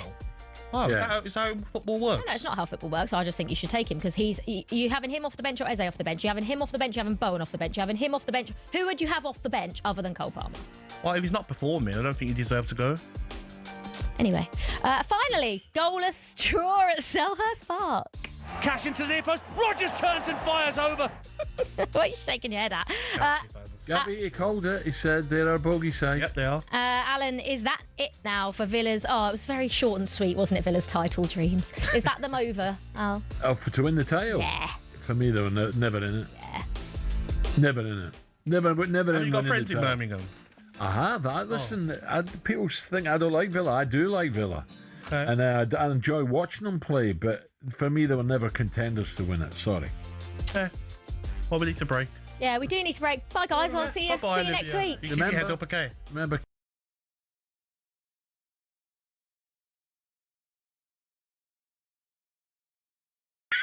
Coming up to 8 o'clock.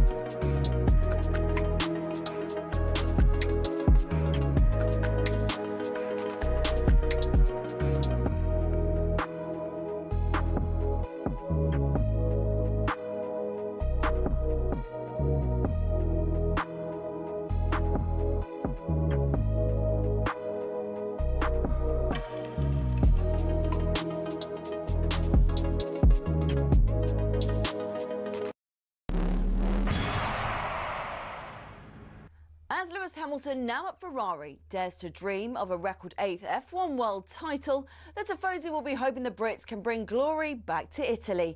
To many, Ferrari and Formula One are inseparable. They're the only team in the sport today to have competed in the first World Championship in 1950, are the most successful team in history, and have built some absolutely gorgeous cars.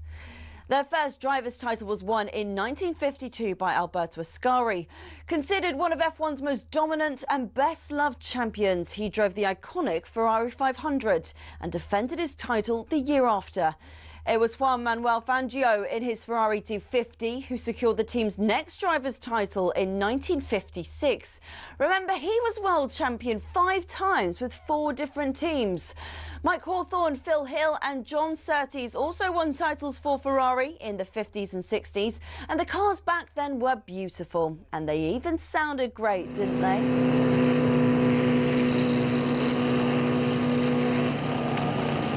Anyway, Ferrari went 11 years without winning a title until Niki Lauda won in 1975 in the iconic 312T. Throughout much of the 80s and 90s, though, Ferrari looked like they'd never go all the way again. Le Professeur Alain Prost came pretty close in 1990, but lost out to his bitter rival and former teammate at McLaren, Ayrton Senna. It was only when John Todt recruited a swathe of staff from outside of Italy, including Michael Schumacher, that the glory days returned 21 years after their last driver's title. The turn of the century saw the prancing horse sprint to an unprecedented 5 consecutive championship doubles. And after Schumacher left, Kimi Raikkonen reclaimed the driver's title immediately. But despite employing 1,500 people, the Iceman remains the last Ferrari world champion. So, 16 constructors' titles, 7 more than McLaren, and 15 drivers' titles, 4 more than, again, McLaren. Ferrari are truly Formula One's top team. Forza Ferrari.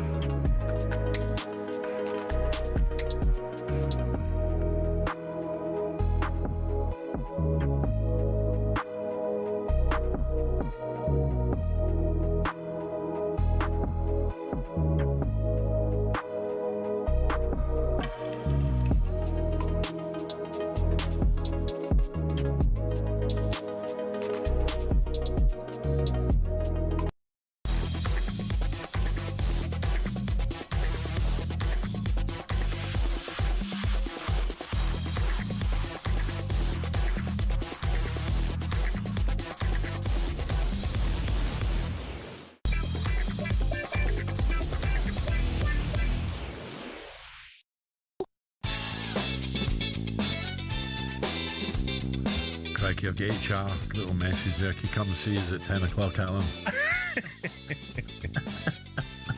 Good advice, Al. Eh? Good advice, mate. I think so. To do a podcast. No. Advice. By the way, Gab, just before we get crack on, just seeing Burnley, Sesko's goals, I thought he took them well. Yes, he did. I thought he took them well, and the equaliser for Burnley as well. Yeah. Don't defenders talk to each other now? But if you watch it, Al... Show them outside, do they talk? If you watch it closer, Lissandro Martinez literally turns his back. So poor defending. And it's a great finish. Shocking defending. But do they? Is it because of the foreign, so many different foreign players? Do they talk to each other? I just think like defenders now are just not doing the basics of defending. The first goal for Burnley, Casemiro, player literally jogs past him and he just watches him. Honestly, like, baffling some of the things that were happening last night. talkSPORT Breakfast with me, Brazil, Gabby Agbonlahor and Arnold Clark. Saving your next car in the real sale. It's the UK's, it's the biggest used car sale. Right, let's head straight to our next guest. He was at Burnley last night watching the all-new improved Manchester United in that 2-2 draw. A very good morning to our voice of live football, Mr. Adrian Durham. Adrian, morning. Good morning, Adrian. Alan, Gabby, good morning to you both. How was it up there? Because that can be a chilly, chilly ground. At the top of that big stand where you can see the Pennines in the daytime, it was freezing. Thermals were on and I was okay. Thank you very much. Yeah. What about the game? I was hoping Darren was going to do well, Adrian. I really, I want him to do well, but it's a difficult one if he's coming in knowing that maybe he's already been told that all he's coming in at the for the cup or whatever, or it's difficult taking a job for a couple of games, 2-3 games. But he knows the score, so, he's taken it on. And I think he's actually done really well, because he said afterwards he'd sat down with Sesko, watched some videos of Sesko when he was good, i.e. not this season. He goes well, yeah. Yeah, and I think the second one was an absolutely superb finish. I mean, really delicate touch. He's got it absolutely spot on. But, Man United dominated. If you look at the stats, they had 30 shots, 10 on target, but only scored 2 goals. So that's an area to improve. And I think Darren Fletcher in this interim period will work on that. And then Ole Gunnar Solskjaer the same afterwards. But defending is, you've just been talking about it there. The defending for both goals is truly shambolic at times. So that second one, I mean, it looks like a great finish from Jadon Anthony, and it is, but, one of the two of them, Luke Shaw, Matt Martinez, one of them has just got to get their body in the way of it, and neither of them did. Yeah. I think there's... Go on now. Sorry about that. No, go on. Yeah, I think Adrian as well. Burnley, yes, they had a battle, but defensively as well, if you look at the goals of Manchester United, great finishes, but I felt Burnley didn't defend too well, mate. No, Burnley didn't. I mean, Burnley are going down, as we know. But I think what happened with Burnley last night, and the reason why they clung on and fought to get the draw, was they were so bad on Saturday at Brighton. Scott Parker, who basically has been calling his players warriors all season. First time this season he criticised his players after the Brighton game. Ekdal, the centre-half, described them as weak. He said the players were weak at Brighton. He was dropped to the bench. So there was a reaction from those Burnley players to what they thought was a really poor performance from them on Saturday, and that's why Man United couldn't get the win, I think. Now, Adrian, where do we start with Spurs? Crikey, I honestly, I just don't know what you're going to get from Spurs week in and week out. No, it's so poor, and when your away form has been decent all season, and your home form has been terrible, and now suddenly the away form is starting to turn as well. They're where they are in the table. Thomas Frank has been highlighting, well, we finished 17th last season when he wasn't there. Well, actually, they're being dragged into that kind of position this season as well. 14th, yeah. Yeah, he won't be able to come out with that much longer. So I think Tottenham have got a lot of problems that they need to solve. I think that there's 2 issues here. There's one little stat, I don't know if you've seen it, but Tottenham are bottom of the Premier League table when it comes to playing through balls. And it might seem a simple stat and a very minor one, but actually it dictates the way you play. If Maddison was fit, they wouldn't be bottom of that table because he'd be able to play that ball. But they don't play it. They're bottom. They're literally below Burnley and Wolves and West Ham for playing through balls. So I'm looking at that and thinking, well, what does that show? That shows that your coaching is a problem, but it also shows your players are a big problem. Those 2 things together, the style of play and the substandard players, are putting Tottenham in the position they're in right now. 2 points here, Adrian. One, Van de Ven arguing with the fans. By all accounts, we're hearing, calling one of the fans out. Yeah, come on, let's have it then. And Romero calling the board liars in his statement. What's that about? I mean, the Romero one, when I saw that pop up on Instagram, I couldn't believe it. I mean, this is your captain of your football club calling out the hierarchy at Tottenham Hotspur. I'm absolutely stunned. I mean, let's put this into perspective. Maresca's just done this, called out the hierarchy. Amarim's just done this, called out the hierarchy. They're no longer in their positions. You can't do that with players. But that's a massive fracture at a huge football club. So you throw in what I've just said, the coaching isn't right and the players are substandard, and now you've got the captain calling out the hierarchy. This is one broken football club, Tottenham Hotspur, and it's going to take a lot to put that right. I think as well, Adrian, concentrating your performance on the pitch, Romero. You're getting sent off against Liverpool stupidly. Concentrate on putting performance in yourself. And also, Porro, Simmons, Richarlison, all liking the post on social media. What's going on, Adrian? I'm baffled here, mate. These aren't leaders, are they? No. Do you know what we asked the question the other day on Game Day Live? I asked the question of a couple of ex-pros. How good is Christian Romero? Now, you can say he's a World Cup winner. He's trusted as captain by a lot of managers, but he's unreliable in terms of his discipline, and he's a big part of a Tottenham side that's failing right now. So, yeah, as captain, you're coming out and saying something, but is that really going to help your football club? Well, let me answer that for you, Adrian. Would City buy Romero, or would they buy Van de Ven? Van de Ven. Pretty clear, isn't it? Yeah, it's a no-brainer, isn't it? And he says at the end of the post, Christian Romero, all together, it will be easier. Well, you've just split them further apart, mate. Ridiculous. Yeah. Adrian, just a quick one on tonight. Arsenal, if they beat Liverpool, is that it? Yeah, listen, I think it's over already because Manchester City, the last 3 games have drawn them. They haven't got enough desire to win. They've not got enough work in them to stop opponents from scoring, not enough care in possession. Their attacking has been like they're putting on an exhibition game, like they're not bothered. Yeah. They keep missing chances. I'm absolutely stunned by Manchester City, but I don't think they're serious about winning the title this season. They're not being professional in their approach to winning the title this season. And they're making it easy for Arsenal. So good luck to Arteta and enjoy it, Arsenal fans. Adrian, nice one. Thank you very much. Adrian Durham there. Excuse me. Okay, mate. Yes, I've just got this tickle. Up at Burnley, it can be chilly up there, by the way. Yes. Whoa. I hate playing Errol.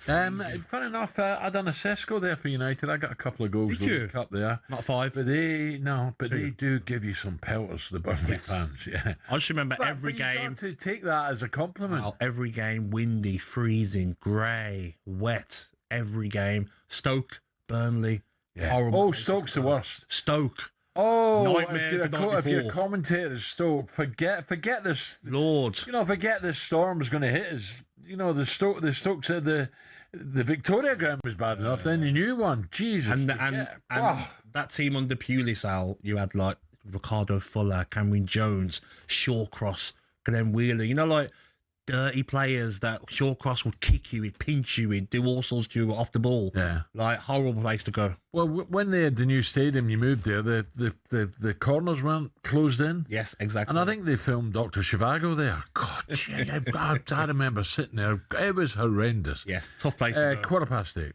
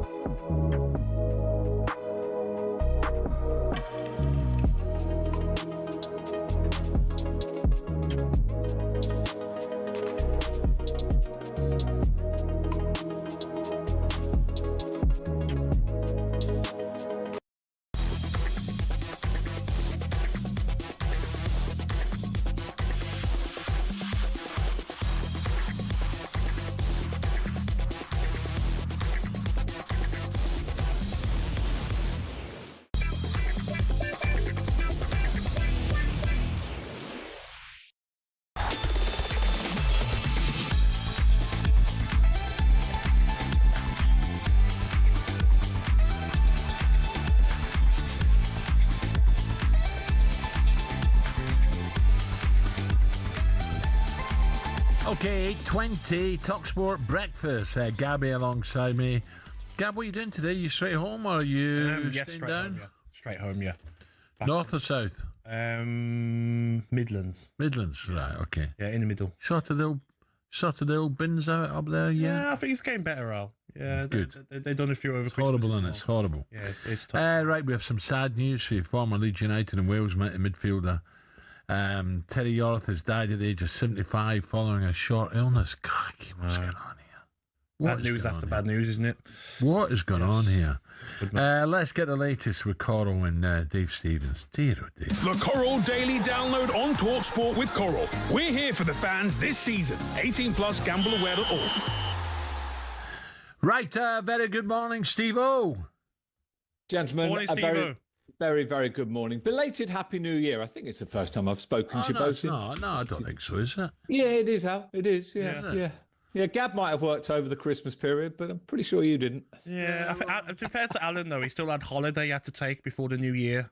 Well, talking of holiday, Gab, you're looking very summery, and the heating must be whacked up there in the studio, sat there in your T-shirt, for those watching. Yeah, you know, News UK does have heating, Steve-O, unlike the Coral Box. He just said to me, Steve-O, it's about time for a bit of Sandy Lane, Barbados. You know, it's 25 grand a week there now. God, Crikey.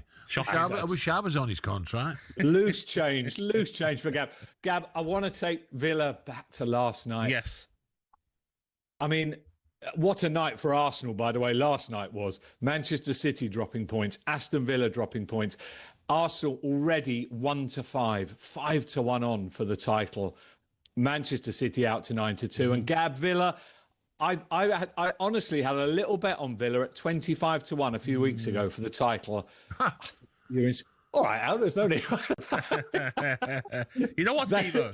I said yesterday I knew it would be a tough game. I thought we might even lose, but a draw was fair over the course of the game. Palace had chances, so did Villa.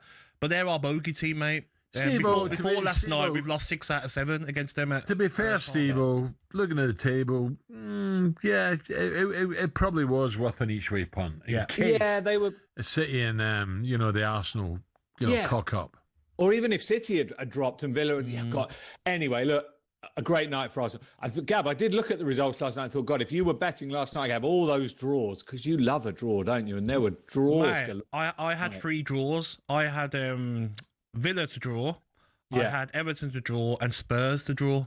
Oh. And then Semenyo cost me last minute.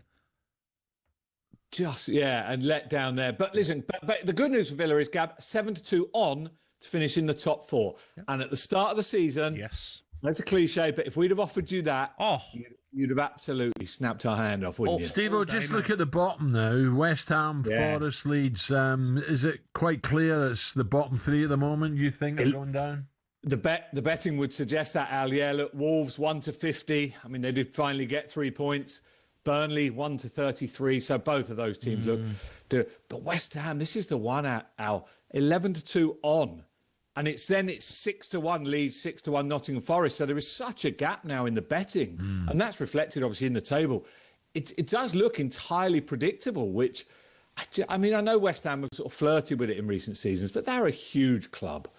And it's hard to see them out of it. But, look, going back to tonight, I said it was a good night for Arsenal last night. Al, Gab, I look at this and I can't see anything other than an Arsenal win. So I said to Alan, you never know with Liverpool, but I know where you're coming from. I just think that they're relentless, aren't they? Ekitike is a doubt as well again, so it'll be Gakpo down the middle again. I think Liverpool aren't showing me any signs that they can get anything tonight. I'm going to go 2-0, comfortable home win for Arsenal. I know they're unbeaten in, I think, 9 Liverpool, but they haven't been convincing in that time. Arsenal, this is to win in 90 minutes. 4-7 Arsenal, 9-2 Liverpool. The draw just over 3-1. Sorry, Gab, what did you say? 2-0? Oh, yeah, 2-0 Arsenal. Yeah, 6-1. 1-0 Arsenal, 6-1. They're the sort of... Al, you want to give a prediction? So the way Arsenal are going... But I could see... Can I see Liverpool getting a draw? I don't think Liverpool can beat them, but I think, maybe a draw just to keep it open. Arsenal, this is a game. They win. They must be saying, we win this. No one catches us. No one catches us.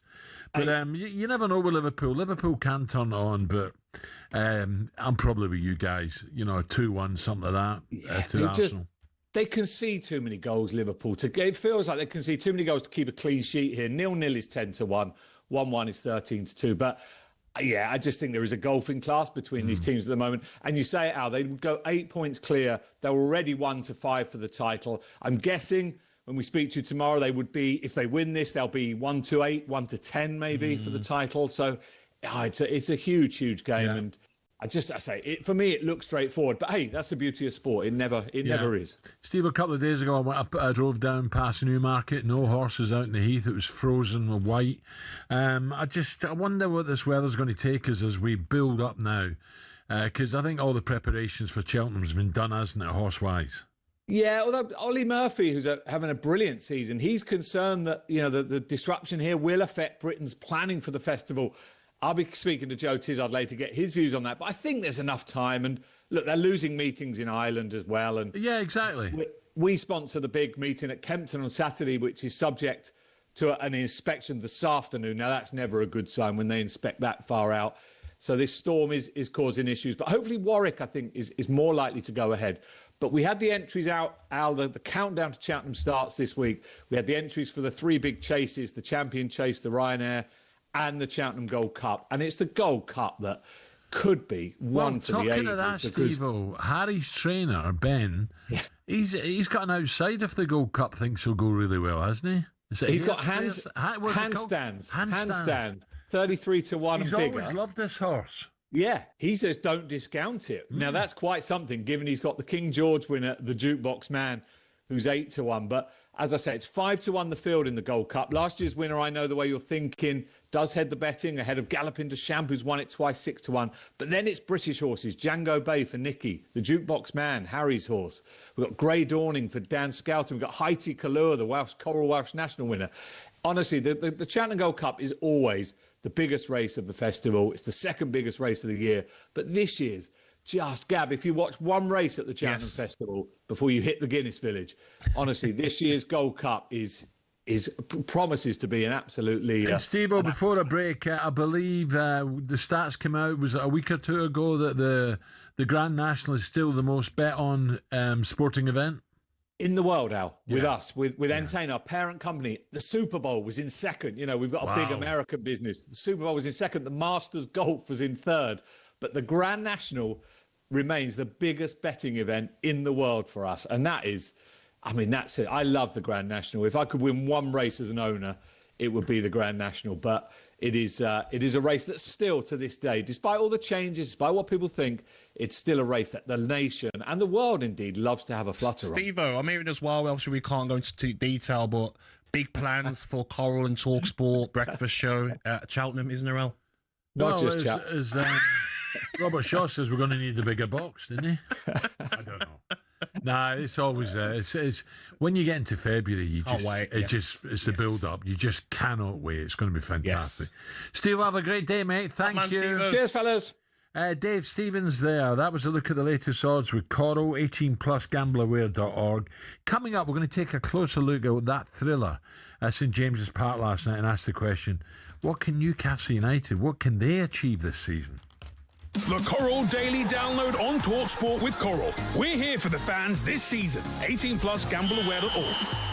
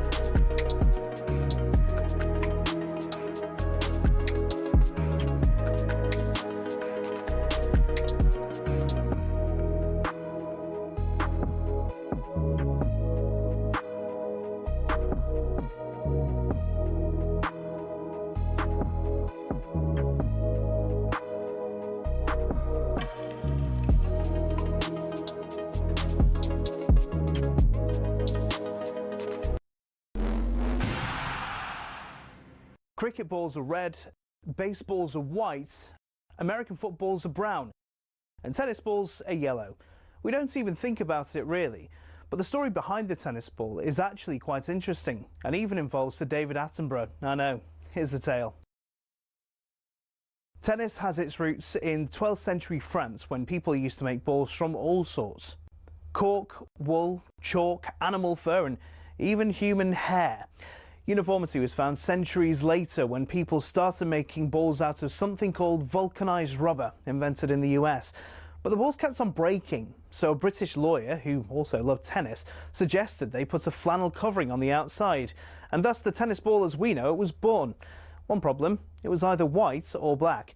And when the controller of BBC Two, Sir David Attenborough, decided Wimbledon would be shown in colour on the BBC in 1967, no one could actually see the balls on telly. So the International Tennis Federation went away and created a new colour called Optic Yellow, which would show up without the need for a 4K LED display. Not that anyone had that in the 1960s, of course. Since then, all tennis balls have been covered in that material and have their trademark colour for that exact reason. Amateur tennis players and dogs worldwide are forever grateful. You could say the ITF aced it.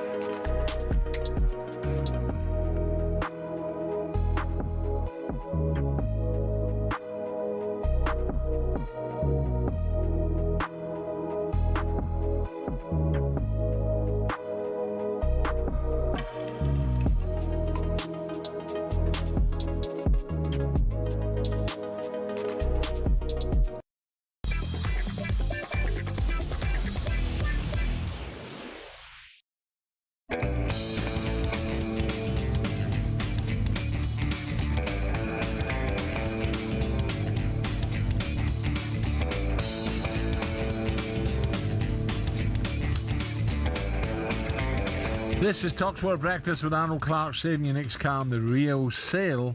It's the UK's biggest used car sale. Alan Brazil and Gabby Agbonlahor with you up till 10 o'clock. Let's bring you more on that. It's real sad news. Reaching us this morning, former Leeds United and Wales midfielder, tough as old boots he was as well. Terry Yorath has died at the age of 75 following a short illness. talkSPORT reporter Will Hobbs has more for you. The former Leeds United and Wales midfielder Terry Yorath, the father of Gabby Logan, has died at the age of 75 following a short illness. The 59-cap Wales international scored 11 goals in 199 appearances for Leeds in a 9-year spell from 1967. He then signed for Coventry, then Tottenham, the Vancouver Whitecaps and Bradford City, finishing at Swansea. His children said to most he was a revered footballing hero, but to us he was Dad, a quiet, kind and gentle man. Our hearts are broken, but we take comfort knowing he'll be reunited with our brother, Daniel. In 1992, Yorath's son, Gabby's brother Daniel, died aged 15 from a genetic heart condition while playing football at home with his father. Yorath also managed Bradford, Swansea, Cardiff and Sheffield Wednesday, as well as Wales, and got them one game away from reaching the 1994 World Cup final. Oh, so sad. Dino would have known Terry very well. I'm just trying to work out. He played Vancouver Whitecaps.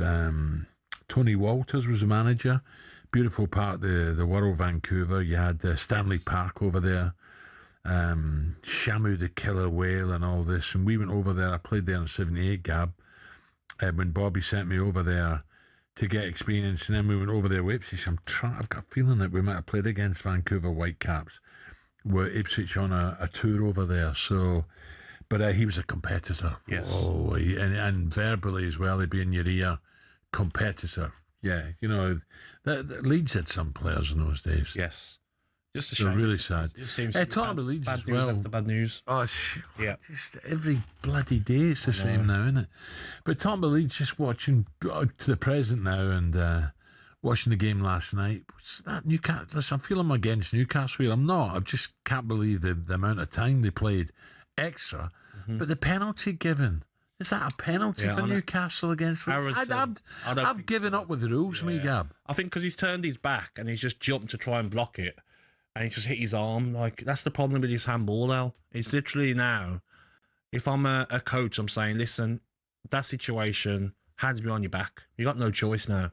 And how hard is it with your hands behind your back, Al, to try and defend in the box? No. You can't do it. No. So, I'm sick of changes. All these changes to the rules. I don't like them either. It's getting silly now. Okay, but it was great news for Calvert-Lewin, scoring again, took his penalty well, was sharp.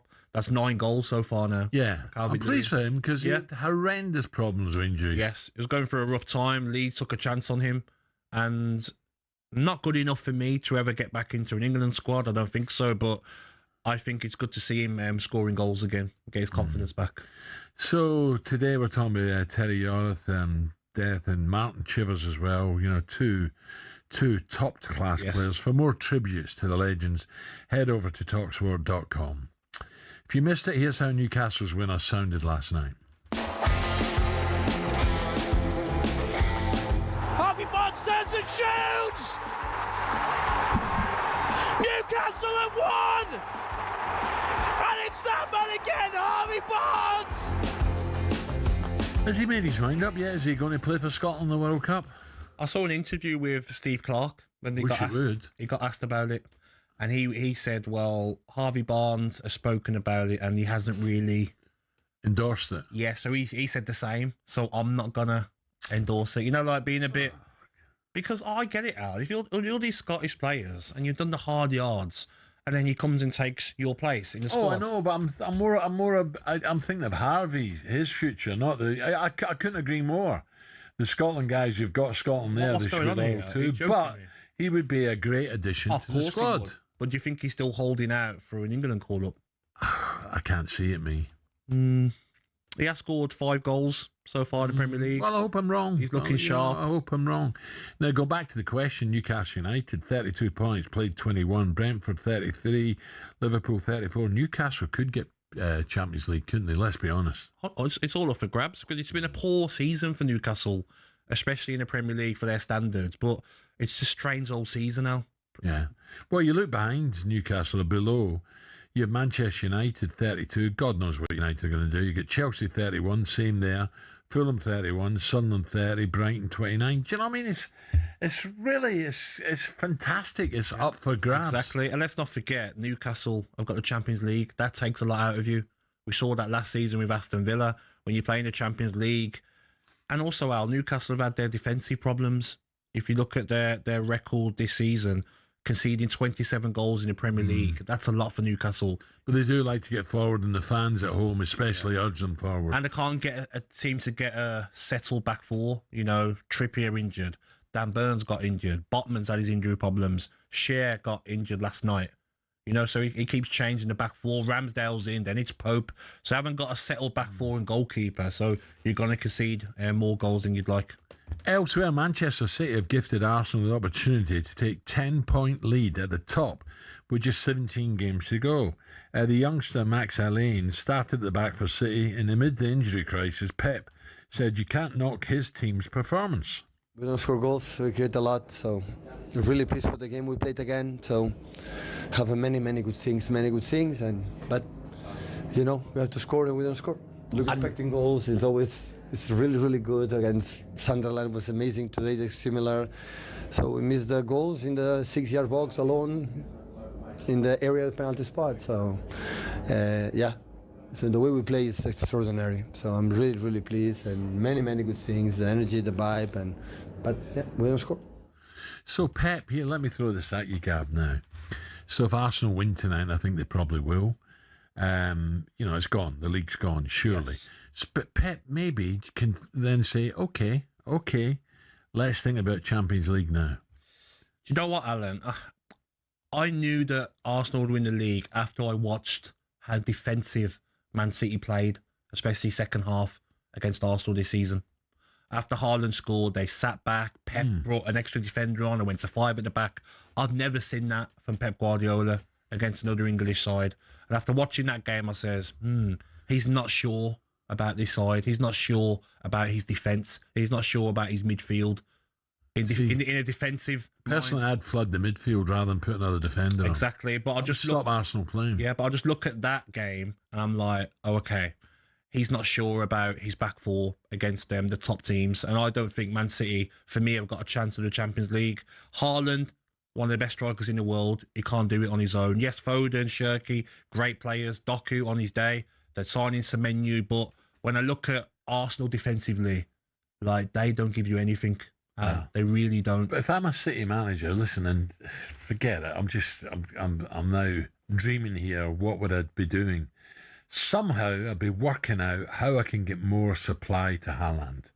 I think Haaland has shown us in a few games this year his desire, his pace, his power, his surging runs. You've got to use him more. Gabby, I've watched games and 12 minutes in, he's not touched the ball. 100%. And that can't be right. But don't forget, Al, we talk about Salah and Trent. Kevin De Bruyne is a big miss. Every time De Bruyne got the ball, Haaland knew he was going to get the right ball. Now he doesn't know when they're going to play it. Doesn't know if Foden's going to take an extra touch or Shirky's going to do a Cruyff turn. He's not really got that connection with Reinders yet. City just take too many touches. Yeah, too many touches. And I've never seen in the last few games Haaland throw his arms up in the air. He was on the floor yesterday when Bernardo Silva picked up a bad pass from Brighton and he could have squared it to him and he hits the post. Other players have got to step up as well for City. You can't just be reliant on Haaland. Okay, let's look ahead to the next hour of the show with Benchmark. Superstar Breakfast preview on talkSPORT with Benchmark's Kitchens and Joinery. Get trade prices on kitchens to suit all styles and budgets at Benchmark's. North London forever. Whatever the weather, these streets are our own. That's pathetic. That is pathetic. Who's that? This might be Thomas Frank. Oh, you dipsticks. Who's singing that out? That's DJ Ed. Oh, is it? I don't know what's going on here. Who's singing that? I've no idea. No idea, mate. Oh, that's oh dear. Yeah, shocking. Embarrassing. Was Thomas Frank humming that while he sipped his Arsenal-branded coffee? I'll get lost. We'll have a big inquest into Spurs plight at 9 a.m. with Tottenham fans. 03717 223344. Is that a sackable offence from Frank? And what about Van de Ven and Porro beefing their way in? What does beefing mean? What's that? You know what? Al, you got to get rid of kids. Beefing is like when you got a problem with someone. Oh, really? You got beef. Beefing. Yeah, like you and Goldstein at a time. He annoyed you. You and Cucurella got beef now because you want to give him a backhand. Beefing? Yeah, beef. That's ridiculous. That's someone who annoys you. You got beef with. Who annoys you? Got the hump with. Romero sending veiled messages, most likely, to the hierarchy calling them liars. What's he up to? You can't do that. I'll fine him, I would. Have your say and all that. That was our breakfast preview with Travis Perkins. You're out of order, Ollie. Superstar Breakfast preview on talkSPORT with Travis Perkins. With 250 hire branches nationwide, it's easy to hire at Travis Perkins.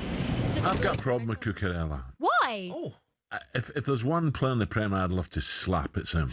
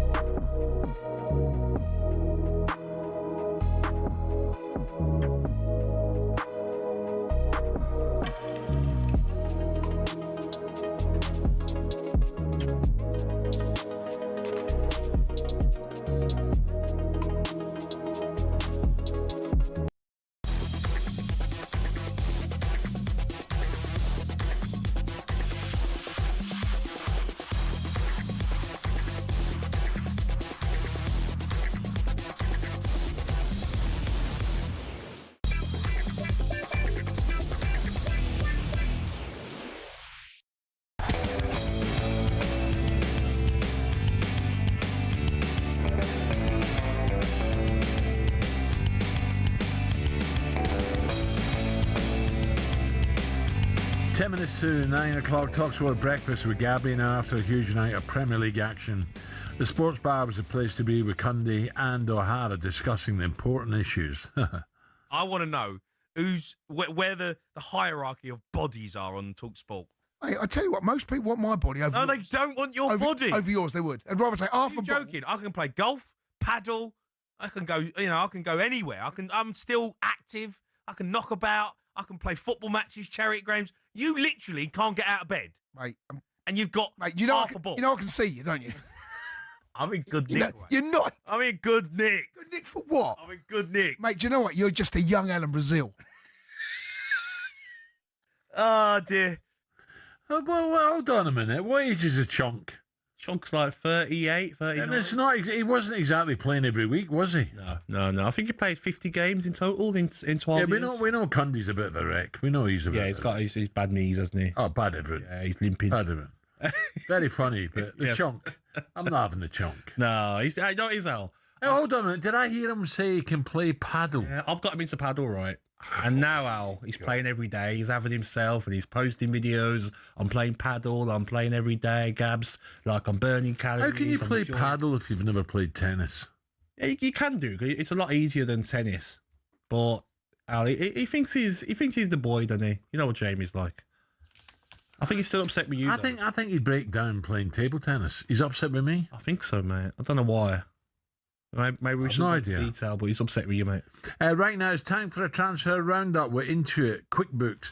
And our next guest is easily one of the best bodies at talkSPORT. What? Transfer window. Breaking news on talkSPORT with Intuit QuickBooks. Tackle your self-assessment and business admin with ease all year round. Search QuickBooks to find out more. Rookies Roundup, right here every day. Rookies Roundup, which players are on their way? If an agent's got a story.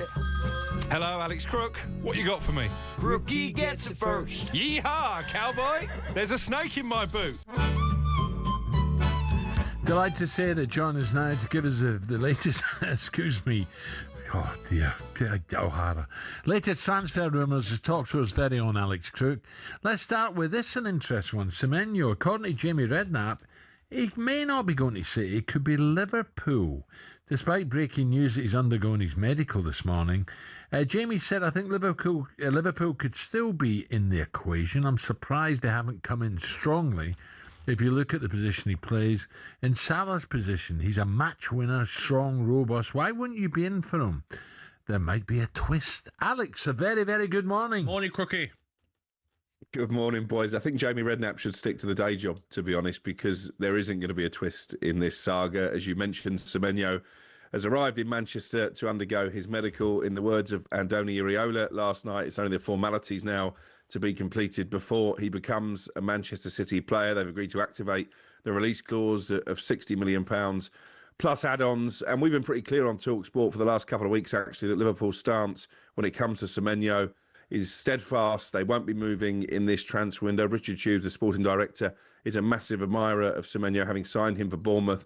But I think in their predicament, if they're going to make any reinforcements this month, they're going to be in the defensive areas. Obviously, they've got Salah to come back from AFCON. Isak will be back before the end of the season as well. So they are pretty well stocked in that department. And good luck to Semenyo. I was at the Vitality last night, and sometimes in football you get these fairy tale moments, and I think he deserved it, Semenyo, because it would have been easy, Gabs, for him to down tools, for 100%. Him to feign injury, to not risk this Manchester City move. He didn't do that. He stayed. He helped Bournemouth get a point at Stamford Bridge. He helped them run Arsenal close at the weekend, and he helped them put a much needed victory on the board. I think as well, Crookie, like you said there, I was thinking that last night when I saw him score the goal, like, if I was about to go in and move to Manchester City, I'd be like, I want to come off at 16. I don't want to do an injury, a bad injury, then I don't get the move. But he's been so professional his whole career and right to the end. And that's why Bournemouth fans will love him no matter what, won't they?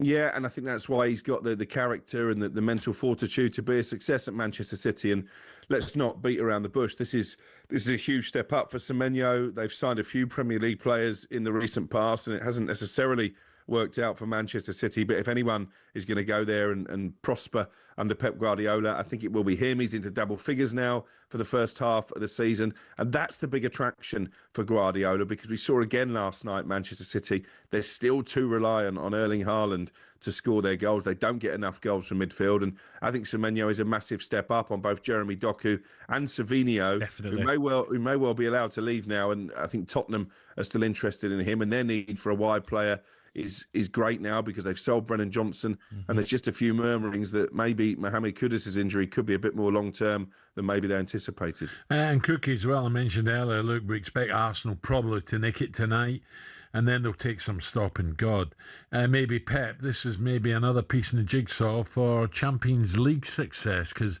Pep's not stupid. He's, for me, a maestro. He'll know the league's gone, but in terms of winning the Champions League, whew, you know, this guy, Semenyo, could really help. Yeah, and what an opportunity for Semenyo, and what a story. Someone who's come up through the EFL system, had a few knockbacks in his younger days, looked like he might not make it as a pro, and here he is, as you say, with a chance to play some big Champions League nights under the lights. But I make you right about the title. My wife's an Arsenal fan. They're trying to stay humble, which is not really in their DNA. They're trying to play it down, but they've won it, haven't they? I think they'll beat Liverpool tonight. I think that's the championship race over. So Crystal Palace, Mark Gay, you know, where's he going to end up? And also, I just, you know, Van de Ven.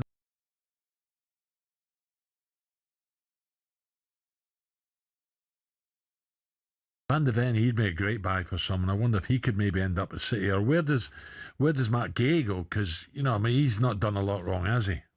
It's a good point you make about Mickey van der Ven, because for me, he's probably the one player in that Tottenham team who could go and play for one of the top clubs and you know, challenge for Champions Leagues and league titles. And you can see his frustration boiling over last night. So certainly one to keep an eye on, probably for the summer as opposed to now. I know you're going to talk about Christian Romero's Instagram post at 9 o'clock, but you wonder if he might be trying to force a move from Spurs by calling the hierarchy liars. I know he's since edited the post, but it was there for all to see last night. And what was interesting was that a few of his top teammates actually liked those comments. So clearly all is not well behind the scenes. No. I felt for Thomas Frank last night, you know, because they got booed at the end, Spurs. It wasn't a terrible performance. A 2-2, Van der Ven's had a header which forced a brilliant save from Petrovic. If that goes in, I think they probably win the game. But it just seems to me that Tottenham fans have already made up their mind about Thomas Frank. He's the wrong fit. Then he gets photographed drinking from an Arsenal cup, which is another... Well, that's a shocker, that is, to be honest. You know, someone should have quickly noticed that and said, whoa, Gaffer, whoa, give me that. But clearly he's not done it deliberately. But as I say, it just seems to me that this is not going to work out for Thomas Frank at Tottenham, unfortunately, because I think he's a great guy. I think he's a good coach as well. On Mark Gay, as I said yesterday, I don't think it's a foregone conclusion that he leaves this month. And actually, speaking to people close to the Crystal Palace captain yesterday, they were mentioning Barcelona to me as a potential option in the summer. Yeah. Ooh. Crookie, nice one. Thank you, Crookie. Alex Crook there. Cheers, boys. So, I don't know about Jamie. You know, he's well...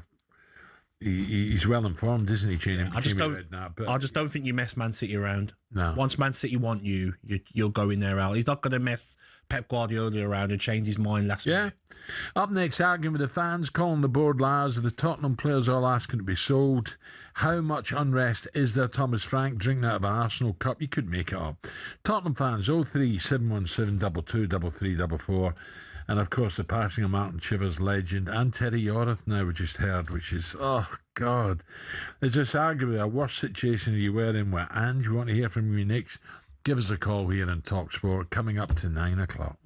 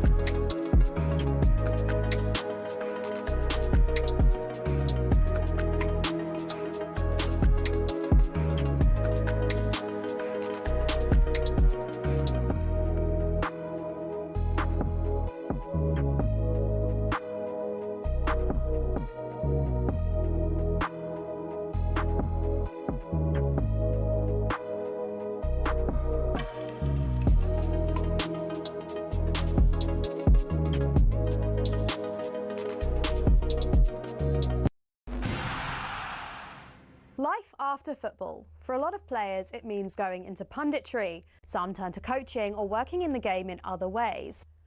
But what about the rest? Some former footballers turn their sights away from the game, and there are a few big surprises. First up, from rainbow flicks to pancake flips. Ex-Chelsea and Southampton defender Ken Monku switched up his footballing career to buy a Dutch pancake house.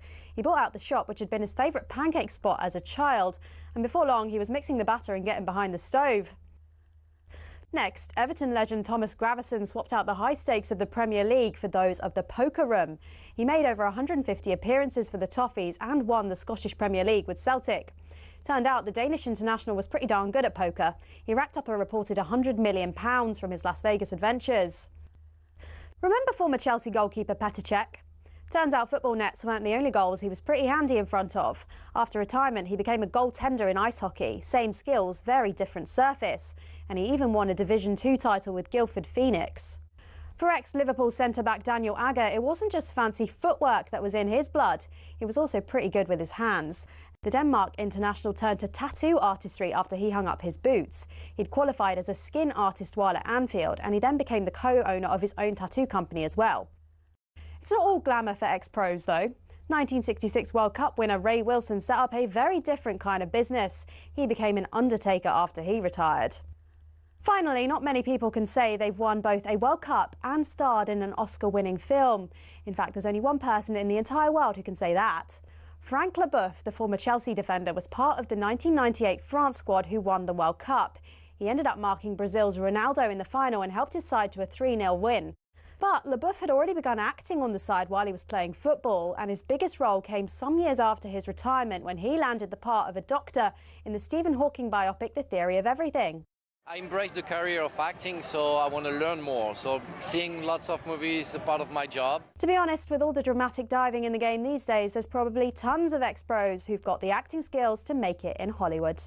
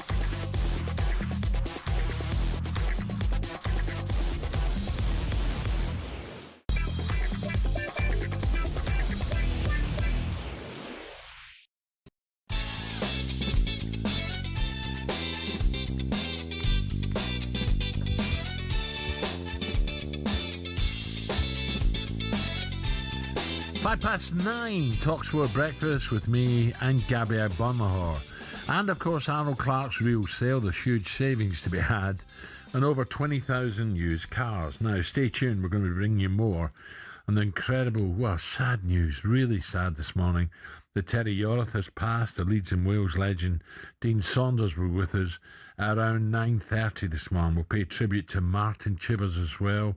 A sad day for football, sad day for Tottenham, crikey. Speaking of Spurs, the pressure piles on Thomas Frank after last night's defeat against Bournemouth. Made it just one win in the last 6 games. Ugh. Semenya tries to get a crucial touch.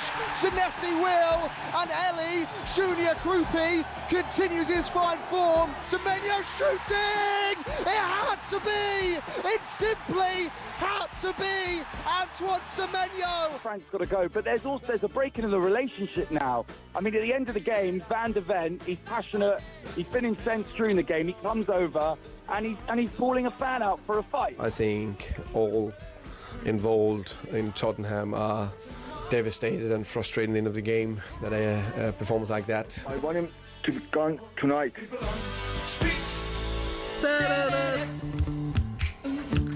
I watched Queen the other night at Wembley years and years ago. Freddie Mercury, fantastic. Him and Brian May. How good was he? Oh, they were brilliant. And I had lunch with the drummer at Chelsea. We spoke about Chelsea earlier this morning, yeah. And they were just a magical band. To watch them live was sensational. Yes. Legends. He was a star. He was a superstar. Guitarist, you can argue all day long about who's the best guitarist in the world. He had to be up there, surely, Brian. Mate. Oh, 100%. That special sound he got out of that guitar. Yes. Brilliant. Right, last night, Tottenham-Bournemouth. Antoine Semenyo scored the winner for Bournemouth. A 3-2 victory with what's expected to be his last kick for the club. Gabby, you just read something there, didn't you, that the medical's all arranged for Yeah, it just today? says there, latest news, his medical is being taken place this morning. Yeah. So Jamie Redknapp was incorrect. Well, I wonder where Jamie got it from. There was a bit of discontent at the Tottenham away end at full time where chorus of boos greeting Thomas Frank and his players when, Mickey van der Ven, who clearly has been Tottenham's best player, was involved in an altercation with some of the fans behind the goal, and it only gets worse. A picture has been circulated of Thomas Frank drinking from, you won't believe this, from an Arsenal-branded coffee cup before the game. Well, Christian Romero took to Instagram to say this, so let's make sure we get this right. Apologies to all fans of you who follow us everywhere. We are responsible. There's no doubt about that. We will keep facing up to it and trying to turn the situation around for ourselves and for the club. Now, this is a close bit. At times like this, it should be other people coming out to speak, but they don't, as has been happening for several years now. They only show up when things are going well to tell a few lies. Ooh. So can we whittle that down to who he's talking about here? I just think you got to be careful as a player, Al. Look what's going on at Celtic. You don't hear any Celtic players coming out and saying anything. Your job is to play football. Callum McGregor, all the leaders in that Celtic team, carry on playing your football, get results. Leave that to people above you. Romero, he's done it before. I'm sure he's come out before with something and got fined for it by the club. If I was the club now finding maximum wages, I'd say shut your mouth. All right, you are a captain and you're not playing like a captain. How about you get Gabby, results? I was about to say, look, there's not many people in the world. I'm lucky enough to know one, Ozzy Adilas, and the T comes in. World Cup winners, there's not many about. Of course. This guy was, but is it? I wouldn't have him. I think is he that good? If but you offered me him now, Alan, for Aston Villa, I'd say no, thank you. Yeah, his temperament, his lack of leadership for me on the pitch. Being a leader doesn't mean you're aggressive and you fly around and you kick people. It's keeping your head, your captain. Yeah. So those comments and the players that liked it as well, Richarlison, Simmons and Pedro Porro. Oh, don't get me on Richarlison. Talk about a moody guy. Oh, Jesus. Honestly, Al, it's a shambles at the moment, and I'm sure Spurs fans are thinking, we win the Europa League. We're hoping this season's going to be like, okay, we go again, new manager, and you look at the results they've had, lost 8, won 7, drawn 6 out of 21 Premier League games under Thomas Frank. Richarlison's a strange guy, very, very moody, plays for himself and yet can score some great goals and then other times just looks disinterested. Yes, the ego he's got, Al, and he's not even a good player. Go back to centre-backs. Van der Ven, for me, is Tottenham's best player, bar none. Tottenham fans, give us a call, 03717 22 3344. If real, as we believe it to be, is drinking from an Arsenal cup. We thought it was maybe a stitch-up, didn't we? But it's not. Is that? It's not a sackable offence. Who's written this? From Thomas Frank. Where's this transfer war chest fans were expecting from the Lewis family after Daniel Levy's exit? You know, Daniel got all the stick. Look, are they in a better position now? No, they're not. Let's speak to Steve, a Tottenham fan. Morning, Steve. Morning, Steve. Morning, guys. How you doing? First of all, I'd like to say respect and rest in peace to Chiv. Yeah. I saw a lot of Martin Chivers in the no. 70s. Fantastic player. And he was one of the few that, I can't remember many number 9s that had the long throw. So he was throwing it to a place where he should have been. Yeah. Which is quite ironic. But going back to Thomas Frankfurt, I think we should just get off his case a little bit. And he's not having a great time. And if I was him, talking frankly, I would be more inclined to say, who the blooming hell poured me a cup of coffee in that cup? Because you look more at a cup when you're pouring it than when you're giving it to drink, a black cup. Yeah. So I agree with you, Steve. I agree, Steve. Who has done that to him? That's bang out of it. He can't look at everything he touches, can he? That reminds me of Mark Noble at Spurs a few years ago when somebody under his lapel put Spurs badges. So when he pulled his lapels up when it was freezing cold in his coat, he had Spurs cockerels on it. It's ridiculous that somebody would even hand him a cup of coffee. So, he should have looked, but I want him to concentrate on the game and do his job, not be auditing coffee cup logos. Steve, just touch on. I want to talk about Van de Ven because I think he's Spurs' best player. You don't want to see him leaving, do you? I don't want to see him leave. I want it to be a team. I actually think, one of the good things last night was I thought Jed Spence had a fair game. And Van de Ven probably is our best player. One of the things I don't like, which I think makes the defence look a bit nervous, is sometimes, and you're footballers, I'm not, but don't you think Vicario looks tiny in that goal somehow? I'm not having him one bit, mate. Not one bit. It just seems to be gathered. It just seems to be massive gaps. Yes. He's got no presence. Even from a free kick, you think, oh, my God, here we go. Every shot goes in, doesn't it? Yeah. And he's a great shot stopper at times, but he just looks tight. And he's not a tiny bloke. His frame is tiny. But I'm not having him, mate, at all. And Romero, I don't know if you saw that bit where we got caught on the break. I don't know where he's put, and he's never been a Van de Ven speed, but where's his pace gone? He looked like semi-injured to me. He was sprinting back, and the guy was just pulling away from him and need somebody on the cover to sort it out. Yeah. Yeah, it's not good, Steve. Thank you. What about Ian, Ian, the Tottenham fan. Ian, morning. Good morning, Ian. Yeah, good morning, fellas. I really don't know where we go with this. It's 60 years since I've been watching this lot, and it's at a really low point right now.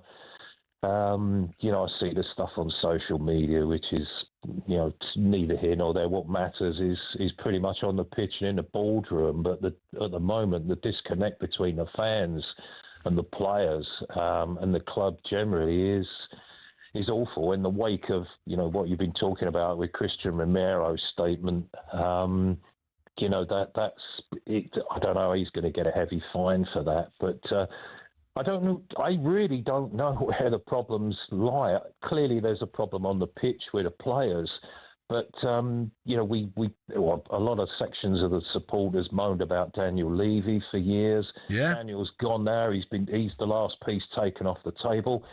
We probably now know that wasn't the problem because the problems are still there.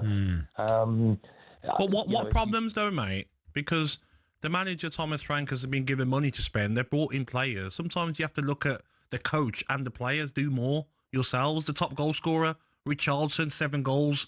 Van de Ven is the next one on 3. Loads of players on 2. The players have got to do more. Yeah, I think you're not wrong. Keep blaming the board and blaming the owners. Frank hasn't had a window yet. I think it would be a bit of a mistake to fire him right now. But I think if we lose to Villa on Sunday in the Cup, I think he's going to be on terribly thin ice because that realistically, even though it would be an outside chance, but that's probably the last chance we got of any silverware. Ian, the problem is, let's say it goes wrong, Ian, they get rid of him. Who is out there? Well, that's what I mean. Although I'm not going to suggest for 1 minute another manager, but there are managers. I mean, we just had Chelsea sack their manager. We've had Man United. Well, he walked away. Man United's manager has just been fired. I'm not suggesting them for candidates, but I think you're right with the players. I watch Richarlison, and he spends more time rolling around on the floor getting hit. Oh, he is so irritating at times, and I've already said, Ian. Sometimes he can score wonderful goals, but he's a soaker. He's not a team player, is he? I've lost there is a thing called the World Cup coming up later this year, and you'd think he'd want to be in the squad. Yeah. So you'd think he'd be up in his game somewhat just to help the team out. And we are missing players. Obviously, Solanke, Kulusevski, James Maddison. But these players are all internationals. You talk about Romero. Lionel Messi said Romero is the best defender in the world. Amazing.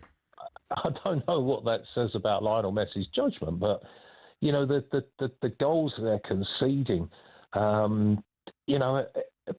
I don't know anymore. I mean, is it about time that ENIC decided to sell up? Is that where the problem is? They promised Thomas Frank a war chest. I haven't seen any, not even heard any rumours. There's a couple of rumours about Savinho, this fullback, this Brazilian fullback.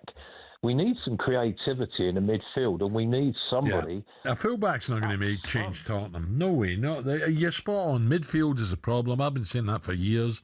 They're not classy enough. There's not a unit in midfield. Hard-working, that balance between hard-working and creativeness. Tottenham have not had that for a long, long time. A fullback's going to make no difference. 9:17.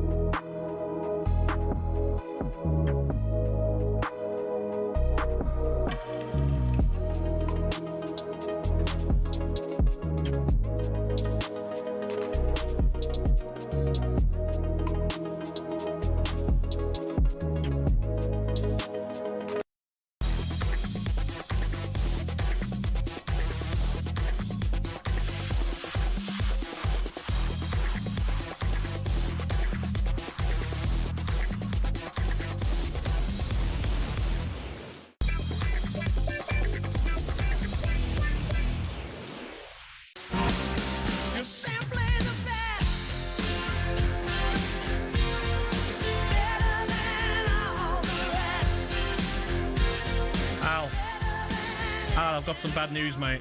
I've just had it. Oh, it's here, mate. You've been drinking out of a Rangers cup for 20 minutes. And they've got all clips of you drinking from a Rangers cup. Return. Al. Yeah, I did. So, Dim Sim brought it in. I tell you now, Dim Sim is finished with me. Yeah. I'm finished with him, sorry. Yeah. So you've been drinking out of that for 20 minutes, Al. They've got all the clips on the socials. It didn't taste right. Yeah, you've been drinking out of this. Alan's been drinking out of a Rangers cup, and you didn't notice, like Thomas Frank. It can easily happen, Al. You didn't notice, mate. It can easily happen when your mate alongside you doesn't tell you. I only just noticed. I told him, well, yeah. You liar. You liar. Well, anyway, Sim's finished now. Yeah. Ollie, next time you've got a sniffle and you feel like, I'm going to have a couple of days on the boat and, just chill out, don't put Sim in here running the show because I'm walking out. Yeah, it's too far, Al. We like Banter, Al, but that's too far, mate. It's way too far. Yeah, I thought there's something wrong here. I thought, what's going on? Did it not taste right? It's bitter and horrible. Brilliant. Oh, God. I've not even spoken about that, have we, Celtic Rangers? God, dear, half-time. Talking about not putting, City not putting teams away. Celtic battered Rangers. What about Schmeichel, though? Two goals for me. 2 goals for me. Mikey Moore's goal. You've got to save that, hasn't he? Yeah. And the one before as well for me. But Celtic, God, right. I swear. They've got to start putting chances away. The City are the same. They don't finish teams off. Yeah, their finishing's got to be better. And by the way, talking about drinking out of that, what do Celtic players have at half-time? Hey? Anaesthetic in there? Because they come out and they never move for about 7 minutes. No, that'll be fine now. Martin O'Neill to the rescue, I reckon. But why did they get rid of Martin in the first place? God, honestly. Why do you, the old saying is, if it's not broke, don't try and fix it. Do you know, sometimes, Al, like, I've during my Villa career, when Remy Gard come in, and he was a French manager, and it just didn't work. And it gives me a bit of... Did he play for Arsenal? Yes, the same one? yes. Yeah. But I look at Nancy coming in now, and I could just imagine the players weren't having him, probably behind his back. They may be saying, we're not having this guy. I wish Martin was here. Martin, I played under Martin, the best man manager I played under, Al. Like, you could speak to him, he gave you confidence. All those Celtic players would have been devastated when you left. He at the last game. By the way, the way they bet now, right? So before the Celtic Rangers game, Celtic were favourites still to win it. Yes. It's changed now. Hearts are now slight favourites. Again. Then it's Celtic, and then it's Rangers. Rangers are still third favourite. I think it's hard to choose, Al, because Rangers, good result a couple of days ago, didn't they? Did they win 2-0? Against Aberdeen? Yes. And I feel like second half against Celtic, maybe Rangers take something from this now and say, look, as much as I laugh and make a joke about it, yes, of course. Rangers is a massive club. Yes. And when they got Danny Role, I thought, I like this guy. There's something about him. I remember saying that to Ali. I said, I like this guy. He looks classy. Even after the win against Celtic, calm, shaking the manager's hand, not over-celebrating, very respectful. Yeah, I'm afraid old Wilfred was, rabbit in the headlights. Yeah. And I'll go back to that first game. He took charge against Hearts. He changed the formation against the leaguers. And maybe, Al, I thought, what are you doing? Maybe just the wrong time. Maybe he needed a pre-season and properly. I think the board have to hold their hands up and say, we got it so wrong. Well, if Martin does well, wins the league, I'm telling you now, he will want the job long term. No, has he not said, though? Has he not stated that definitely end of the season I'm off? But he said that about, I'm only here for a short while. And he admitted the other day, yes, I'm happy to be back. He loves it out. He's got a young coaching staff, Sean Maloney. He's got to be, early 40s. So, by the way, Celtic fans went really... They really vented their anger on the board badly. Yes. I got a text from Rod. He said, well, when he's got some videos, police stopping the fans. He said it was violent. It was horrible. Now, I can't remember Celtic fans being that bad, you know. They were clearly, hold on a minute, what's happening to this great club? Yeah. But as well, though, a club like Celtic, listen to the fans. Because it's not going to stop. Well, there was a saying, Gab, before all these decades, I don't worry, it's a way of life up there. They'll come back no matter what you do. But this is the most, I'm not going to say violent, but this is the most aggressive I've seen. Yes. Anger. Yes.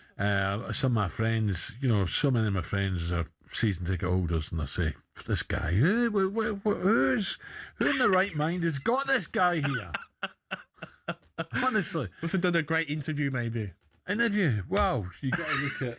I better shut up. Yeah, let's move on before we get into it. Okay. Right, coming up, we'll look ahead to live and exclusive coverage of Arsenal-Liverpool. Big game. Arsenal, surely Arsenal fans, you win this tonight. As Roy Orbison said, it's over. 9:28.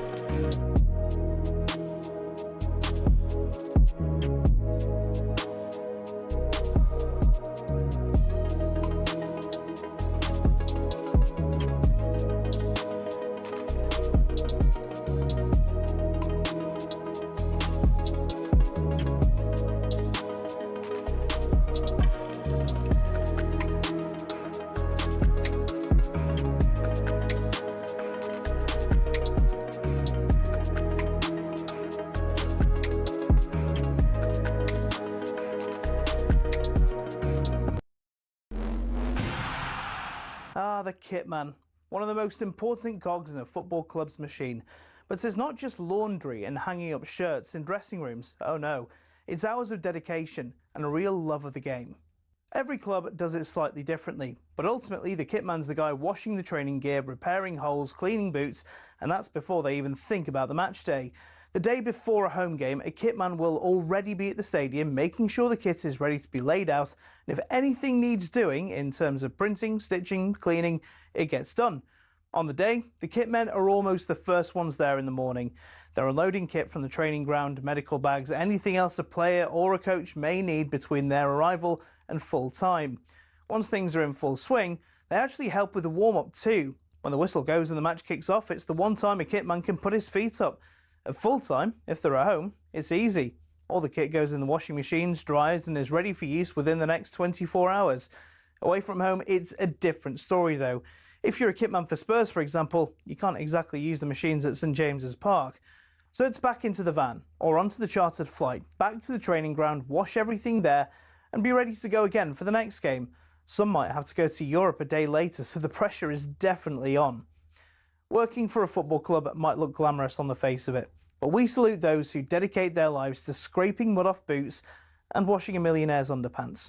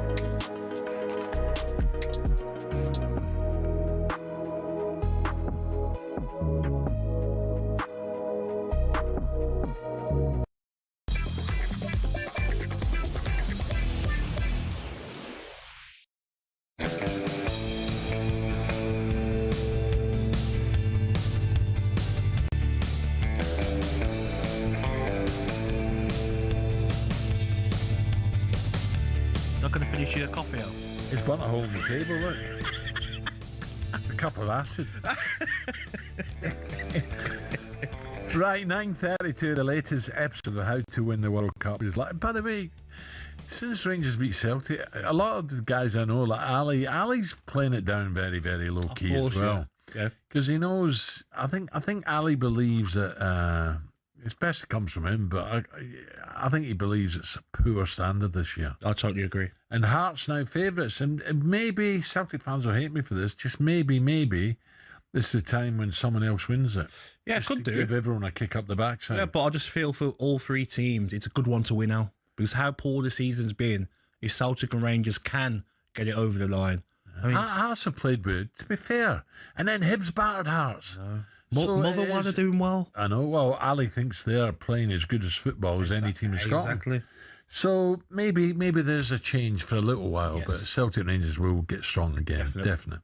The latest episode of How to Win the World Cup is live now on the YouTube and all available podcast platforms. Matt Ford and comedian Paul McCaffrey speak to 2002 World Cup winner Kleberson. Remember him? Yes. All about the pressures of playing for Brazil, as well as being the only World Cup winner in his Manchester United dressing room. The only people in the locker room were the World Cup at that time. It's parties, but just left to the club. You know what I mean? As soon as I get there, and then only me, you know, and then this guy start to see me. Say, "My God, how did kid do that?" You know what I mean? And then I was like a big guy, you know, in the locker room, you know. But it's a super fun to get in there, to meet everyone. I remember those guys asking me about how to play with Ronaldo, how to play with Roberto Carlos. You know what I mean? And then we start to talk at the game, 2002.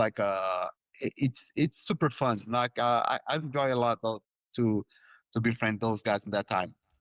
Now, let me just put this to you, Gab. To be a World Cup winner is the ultimate, isn't it? Yes. Kleberson, you know, when you talk about the great Brazilian players, you know, you wouldn't think of Kleberson. Nowhere near. No, I remember him. Rivellino. Yeah. Rivaldo. Falcao. Carlos Alberto. Before that, Roberto Carlos. Yes. Socrates. You know, Peter Zico. Ronaldo, Rivaldo. Jairzinho. Ronaldinho. Adriano was a top striker. Kleberson was okay. It's harsh to call someone okay. No, you know, we're not being disrespectful. He it's wasn't just one not... of the stars. No way. No, absolutely. Right, check out How to Win the World Cup, the talkSPORT YouTube channel. Do go for that. The app and wherever you get your good podcasts from. They tell me it's very funny, very good. Right. It's been a funny day today. Not funny, I mean sad. Yes. Some really, really sad news reaching us around 8:15 this morning. The 1974 league champion with Leeds United, Terry Yorath, has died at the age of 75 following a short illness. They spoke this morning about Martin Chivers as well. You know, Martin, fantastic. And Terry was a competitor, was he? Wow. Terry, the father of BBC presenter Gabby Logan, represented Wales 59 times between 69 and 81. Also managed the side in 88 to 93. Join us now for more. And another awful news coming through, ex-players. The former Wales striker, Dean Saunders. Dino, morning, Dino. Morning, Dino. Morning, Gabby. Morning, Al. Morning, mate. You know, it's every week now, isn't it? It's, you know, you get over John Robertson or trying to, and then you hear about Martin Chivers, who was a big, gentle giant, and then Terry was a incredible competitor. It just keeps happening. Yeah, and John Robertson, I was thinking when Martin O'Neill went in, he was taking training. And it used to be John Robertson, didn't it? And Steve Walford. Yeah, Wally, yeah. I was thinking about that yesterday morning. And then I seen on the news last night about Martin Chivers. And I think you must have played with him, did you, Al? Did I play against him? I knew Martin very well because of the Bobby Robson Golf Classic every year. Lovely. Yeah. And he was there without fail every year. Lovely man. Very, very quiet. Very quiet. Yeah. But imposing, you know, and he was a top striker. Oh, he was. I remember him playing. And then we got news late last night, Kevin Keegan's not well. Yes. I was thinking, and then I never expected this one this morning. Scott rang me from one of the producers at talkSPORT and said, would you come on? I thought you was going to ask me about the Liverpool-Arsenal game. Yeah. He said, you've heard the news about Terry? I went, no. And obviously Terry played a big part in my career right the way through to the end because he was my manager with Wales. And when my last games of football at Bradford. Terry was Paul Jewell's assistant when I was 37. So Terry, I mean, he's had some tragedies in his life. He was a great player, played for Wales, played for Leeds. If you remember the Welsh kit that we had with the stripe, the red kit with the yellow stripe that went into the shorts, and the Coventry kit was the same. Yes. Terry was like, the photos you see of that kit, Terry was on it. And the Coventry one, was that the one, the brown strip? Yeah. And I think Terry played in that team as well. But, you know, and he was hard as nails. And Graham Souness, who played against everybody, I've sat with him, you know, loads of times, and I've said to him, was there anybody that you thought was harder than you in the middle of midfield? He went, Terry Yorath used to stand up to me every game, stood his ground. He'd never take a backward step against me, and he'd done me a few times. But he said he respected Terry for standing up to him. He said he was a good footballer as well. And then he went into management, and he took over the Welsh squad, and we were in trouble. He got us to 27th in the world. And he managed to get, we had a load of good players at the time. He managed to get us all in the team. And we all enjoyed turning up for him. He had a tragedy with his son. Daniel died in the garden playing football with him when he was 15, and he never got over it. Yeah, I remember that well. I don't think the whole family got over it. And he ended up drinking, which you would turn anybody to drink. Something like that happened to you. And he was also involved in the Bradford fire. He pulled his family out of the director's room. I didn't know. Yeah, that's incredible. Yeah, and he had to go up into the director's room and pull his family out, and he climbed through the window to get out, and then went back to the ground the next day. He couldn't believe the scenes he saw. So in his life, he's had a lot of tragedies, and obviously the football-wise, when he took over Wales, we got to the last game in the group in the World Cup in '94, and we had to beat Romania at home. And he had everybody on his side. The whole nation was on his side. And obviously we missed the penalty to go through. He never got over that either. That was a tragedy for him. But 75, we all miss him. He was manager of Swansea when I was young. So he played a big part of my career. So I was absolutely gutted when I heard that this morning. So went to Canada as well, didn't he? Was he over there? Yeah, Vancouver Whitecaps he played for. But as a man, he was like an old-fashioned manager who didn't say that much to you. But, you know, if he was like ruthless, but a nice bloke. Yeah. And he had Peter Shreves with him. Shrevesy was great. I love Shrevesy. Yeah. Well, Shrevesy used to take training, and Shrevesy was like a laugh, and he was the life and soul of training every day. And then Terry used to just step in and say things to you, you know, like he'd say things to you like, you know, I remember him saying to me, "You're always going to play when I'm the manager, you know. You just keep doing what you're doing." He'd say things like things to you, but he just made you believe that he was the man that was going to manage you for the rest of your Welsh career. Keep it straight and simple. You keep doing what you're doing. You're good enough for me. Yes. Yeah, but to lose him now, I mean, the whole family's just. I mean, obviously he's got two daughters. Gabby was an Olympic athlete, and then she went into broadcasting. His other daughter was, I think she was a model, and I mean,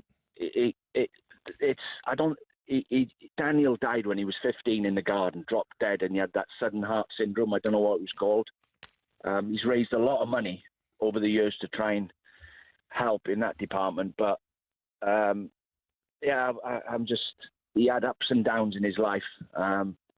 And it's a bit young to die in it, 75. Well, it just seems to be every week we hear something now, Dinos. You know, I thought, you know, in terms of medicals and in terms of progression, that we could sort this out. But it just, I don't know whether it's just all coming at once, but just lately it's depressing. It really is. Some people you played with, you've known well, respected well, and they're gone, out of your life, gone. You mentioned Peter Shreves. Shreves is not very well at the moment.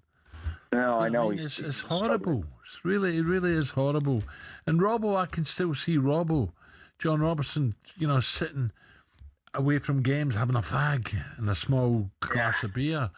You know, and he just didn't look a footballer, but when he put that kit on that wing, wow, he was dynamic. Do you know, I had Robbo and Wally with Martin O'Neill at Villa. Loved them.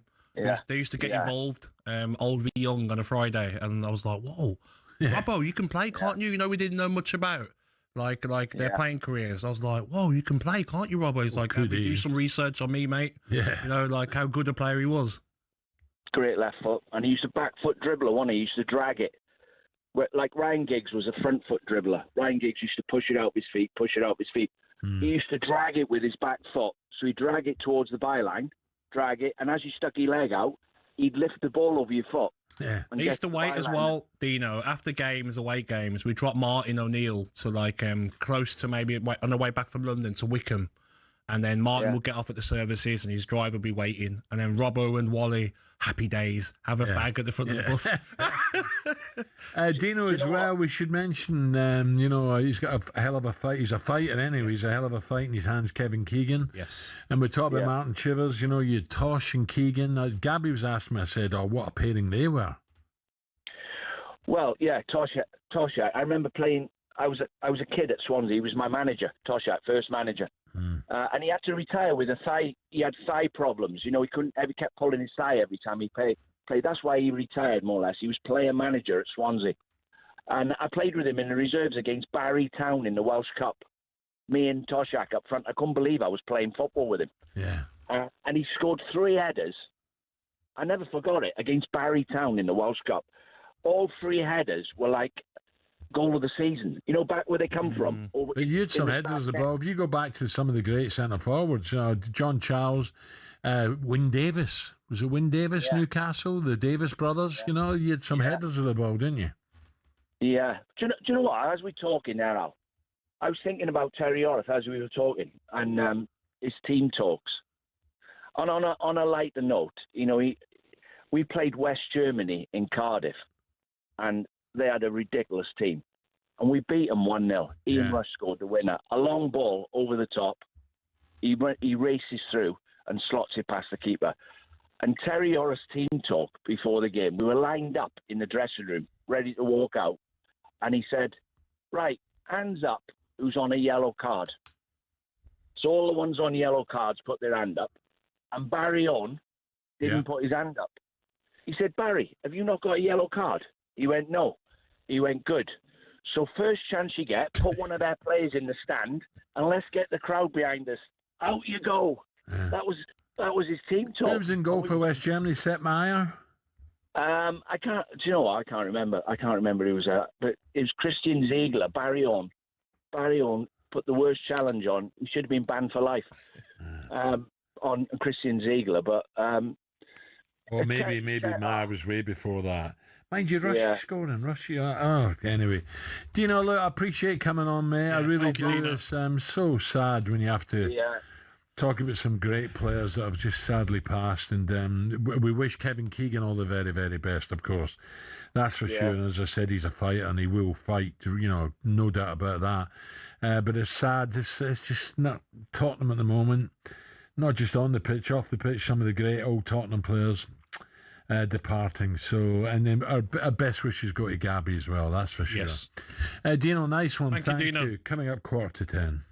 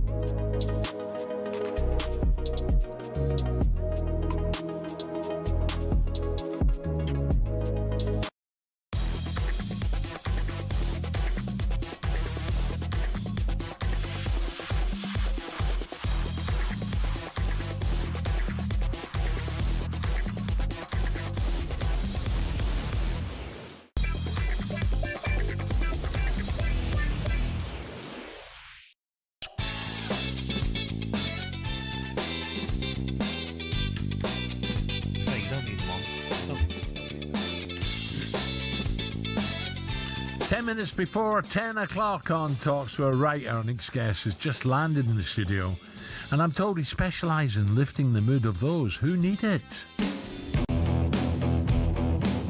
Look, the world's gone mad. Good morning, raining out there. Autumn is here. No one likes a nerd, that's for sure. We've got a few here. Big pimping.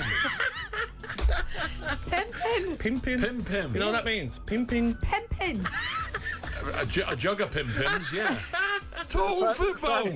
It's a total failure. Shut up. I tell you, DJ Ed's gone. He's gone at the game, honestly. You're getting lazy, Ed. I am not a snob at all, but I do get country life every week. The survey says, Now, behavioural scientist, hypnotist, and author Paul McKenna was named by the Sunday Times as one of the world's leading modern gurus, alongside the likes of Nelson Mandela and the Dalai Lama. Over the past 30 years now, Paul has helped millions of people successfully lose weight, overcome insomnia, control stress, quit smoking, and increase their self-confidence. This is for you, Gab.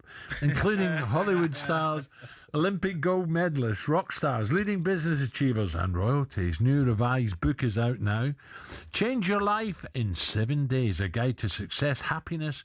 So he's going to tell us, and especially Gabby, how to sort his life out and how to be more happy. A very, very good morning, Paul. Good morning, Alan. Good morning, Gabby. Good to be here. So, Paul, this is revamping the first book, which was so successful. Yeah, so about 25 years ago, I wrote a book called Change Your Life in 7 Days, and I was hopeful it might get on the bestseller list, but it did, and then it smashed as number one all over the world, and my publishers called me in and said, "You're not going anywhere, mate. We'll have some more of these." Yeah. And so I've been, writing away. And then last year they said, "Look, how do you feel about revamping Change Your Life?" And I said, "Well, I'll have a look at it." And I went, "Yeah, the structure's okay, but yeah, I would change this and I could say that better and I put this technique in." And the other thing is, nowadays, people like extra content. So I put 22 audio downloads. So, for example, you have those on your phone. So say you need a bit of confidence. You're going on a date or you've got a meeting or something like that, or an interview, and you want a bit of confidence. You hit a button and I pop out and I, do my psychological techniques to make you confident. So, Paul, I've asked you this before, I'm not sure, but when did you realise you had a gift? Well, I see it as a skill, although some people are clearly better at it than others. But I'm a kind of, obsessive sort of person. And I got very interested in hypnosis years ago when I was a radio broadcaster, because I went to interview the local hypnotist, and I was real stressed this day. I'd broken up with my girlfriend, and people in the apartment where I was living were keeping me up at night. And he said, "Look, rather than me talk about hypnosis, let me hypnotize you." I said, "Fine." And I relaxed really deeply, and my mind cleared, and my burdens lifted, and I felt this bliss. And I thought I'd had my eyes closed for about 5 minutes, but it'd been half an hour. And I said, "Have you got any books on this?" And he said, "Sure." And he lent me a book. And I remember I read this book and I went, "I think I know how it works." And then I'd be at a party and I'd say, "I'm learning hypnosis," and someone would say, "Well, it won't work on me." And I'd say, "Shall we find out?" And I'd have them up dancing like a ballerina, or, talking to a broom thinking it was a supermodel. And we'd all fall about laughing. So originally I just did it for laughs.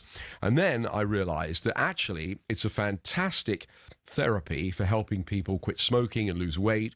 And, and of course, every major sports star in the world now has somebody like me, a hypnotist, or a success coach to get them in the zone when they play, So it's from it being a kind of back in the 80s, almost like voodoo, it's now sort of mainstream psychology. How's the losing weight? One me and Alan could do with a hand. What do you do? Hypnotise or just say do not eat? Well, no, it's quite the opposite actually. What your mouth up. you change your relationship to food. So you basically you feel full faster, you eat slower, so you can hear the signal that says you're full. There's a whole series of things like that. What happens if you have a wife who keeps feeding you? No, you've not had a good meal yet. You finish all that. I'm not hungry. Maybe I should hypnotise her. Yeah, I think that's the way. So now, to fall under, I was going to say your spell, Paul, but that's probably wrong. Yeah. For this to work, Yep. For instance, Gabby, would he have to believe this guy? No, do you know, most people don't expect to be hypnotised. They're benevolently sceptical. But, you know, what happens is, as long as you're open-minded enough to try it, it works. I've never found anyone who can't be hypnotised, but... So you're confident, Paul, that you could change Gabby into a Birmingham City singing Keep Right On and get him to take his bins down the pit. Could you do that with Gabby? Well, we could give it a go. He's looking nervous. And me walking around saying, I love Birmingham City. Keep right on, keep right on, keep right on. Imagine. He's got you already. That was easy. So when people are listening to this, some doubters were saying, I've been to one of them theatres where there's stooges in the crowd who come up and act. There is or there isn't? No, there's not stooges. No, it's easy to hypnotise people. The thing is, I've never found anyone who can't be hypnotised, but I've found people I can't cure. So, not many. You know, but it doesn't work for everything every single time. But for things like losing weight, quitting smoking, confidence, anxiety, phobias, those sorts of things, it works really, really well. In fact, it is proven to be the single best way to quit smoking in the world now. Wow. What about, criminality? Have you worked with people who've got a problem with crime that, you know... Well, I've worked for the police, yeah. I mean, I used to hypnotise a witness that had seen, say, a licence plate of a car for a split second, and when they're hypnotised, they get... Because it's there in the unconscious mind, they can recall it. Or that stood up in court. Yeah, absolutely, yeah. And you know, it's Would that stand up now, Paul, with these mamby-pamby judges? I don't know. I mean, it when I was doing it years ago, it stood up. It's changed, particularly in America, because you had people do stupid things like say, did you see license plate blah blah blah? Well, of course they didn't, because you told them. You know, so there's very strict rules in certain states about how you can and can't do it. Yeah, Paul, we need more time. I want to be hypnotised now. I promise you. I'd love to. So for more in the book, and I know I'm gutted. I want you to do more on the book and tips where you can see him speak live. Head over to paulmckenna.com. That's paulmckenna.com. Gabby, I'll give it to you. I'll write it down, as you know you struggle to spell. Paul, the name of the book again, please? Is Change Your Life in 7 Days. And it's a revamped version, and you've got the audio book out as well. Yeah, and the audio, you get free audio with it. 20 audio downloads, so there's an added bonus. Brilliant. Absolutely. Fantastic, mate. Thank you. Paul, thank you for joining us. Pleasure. Next time, more time, please. Yeah, Ollie. I'm back with you tomorrow morning from 6 o'clock alongside Ray Parlour. There's someone needs a bit of hypnotism. Put that beer down. Put that beer down. Put that beer down. With all the action to Arsenal against Liverpool live and exclusive on talkSPORT. It's going to be a cracker tomorrow from 6 o'clock. Don't miss it. Simon and Jim coming next.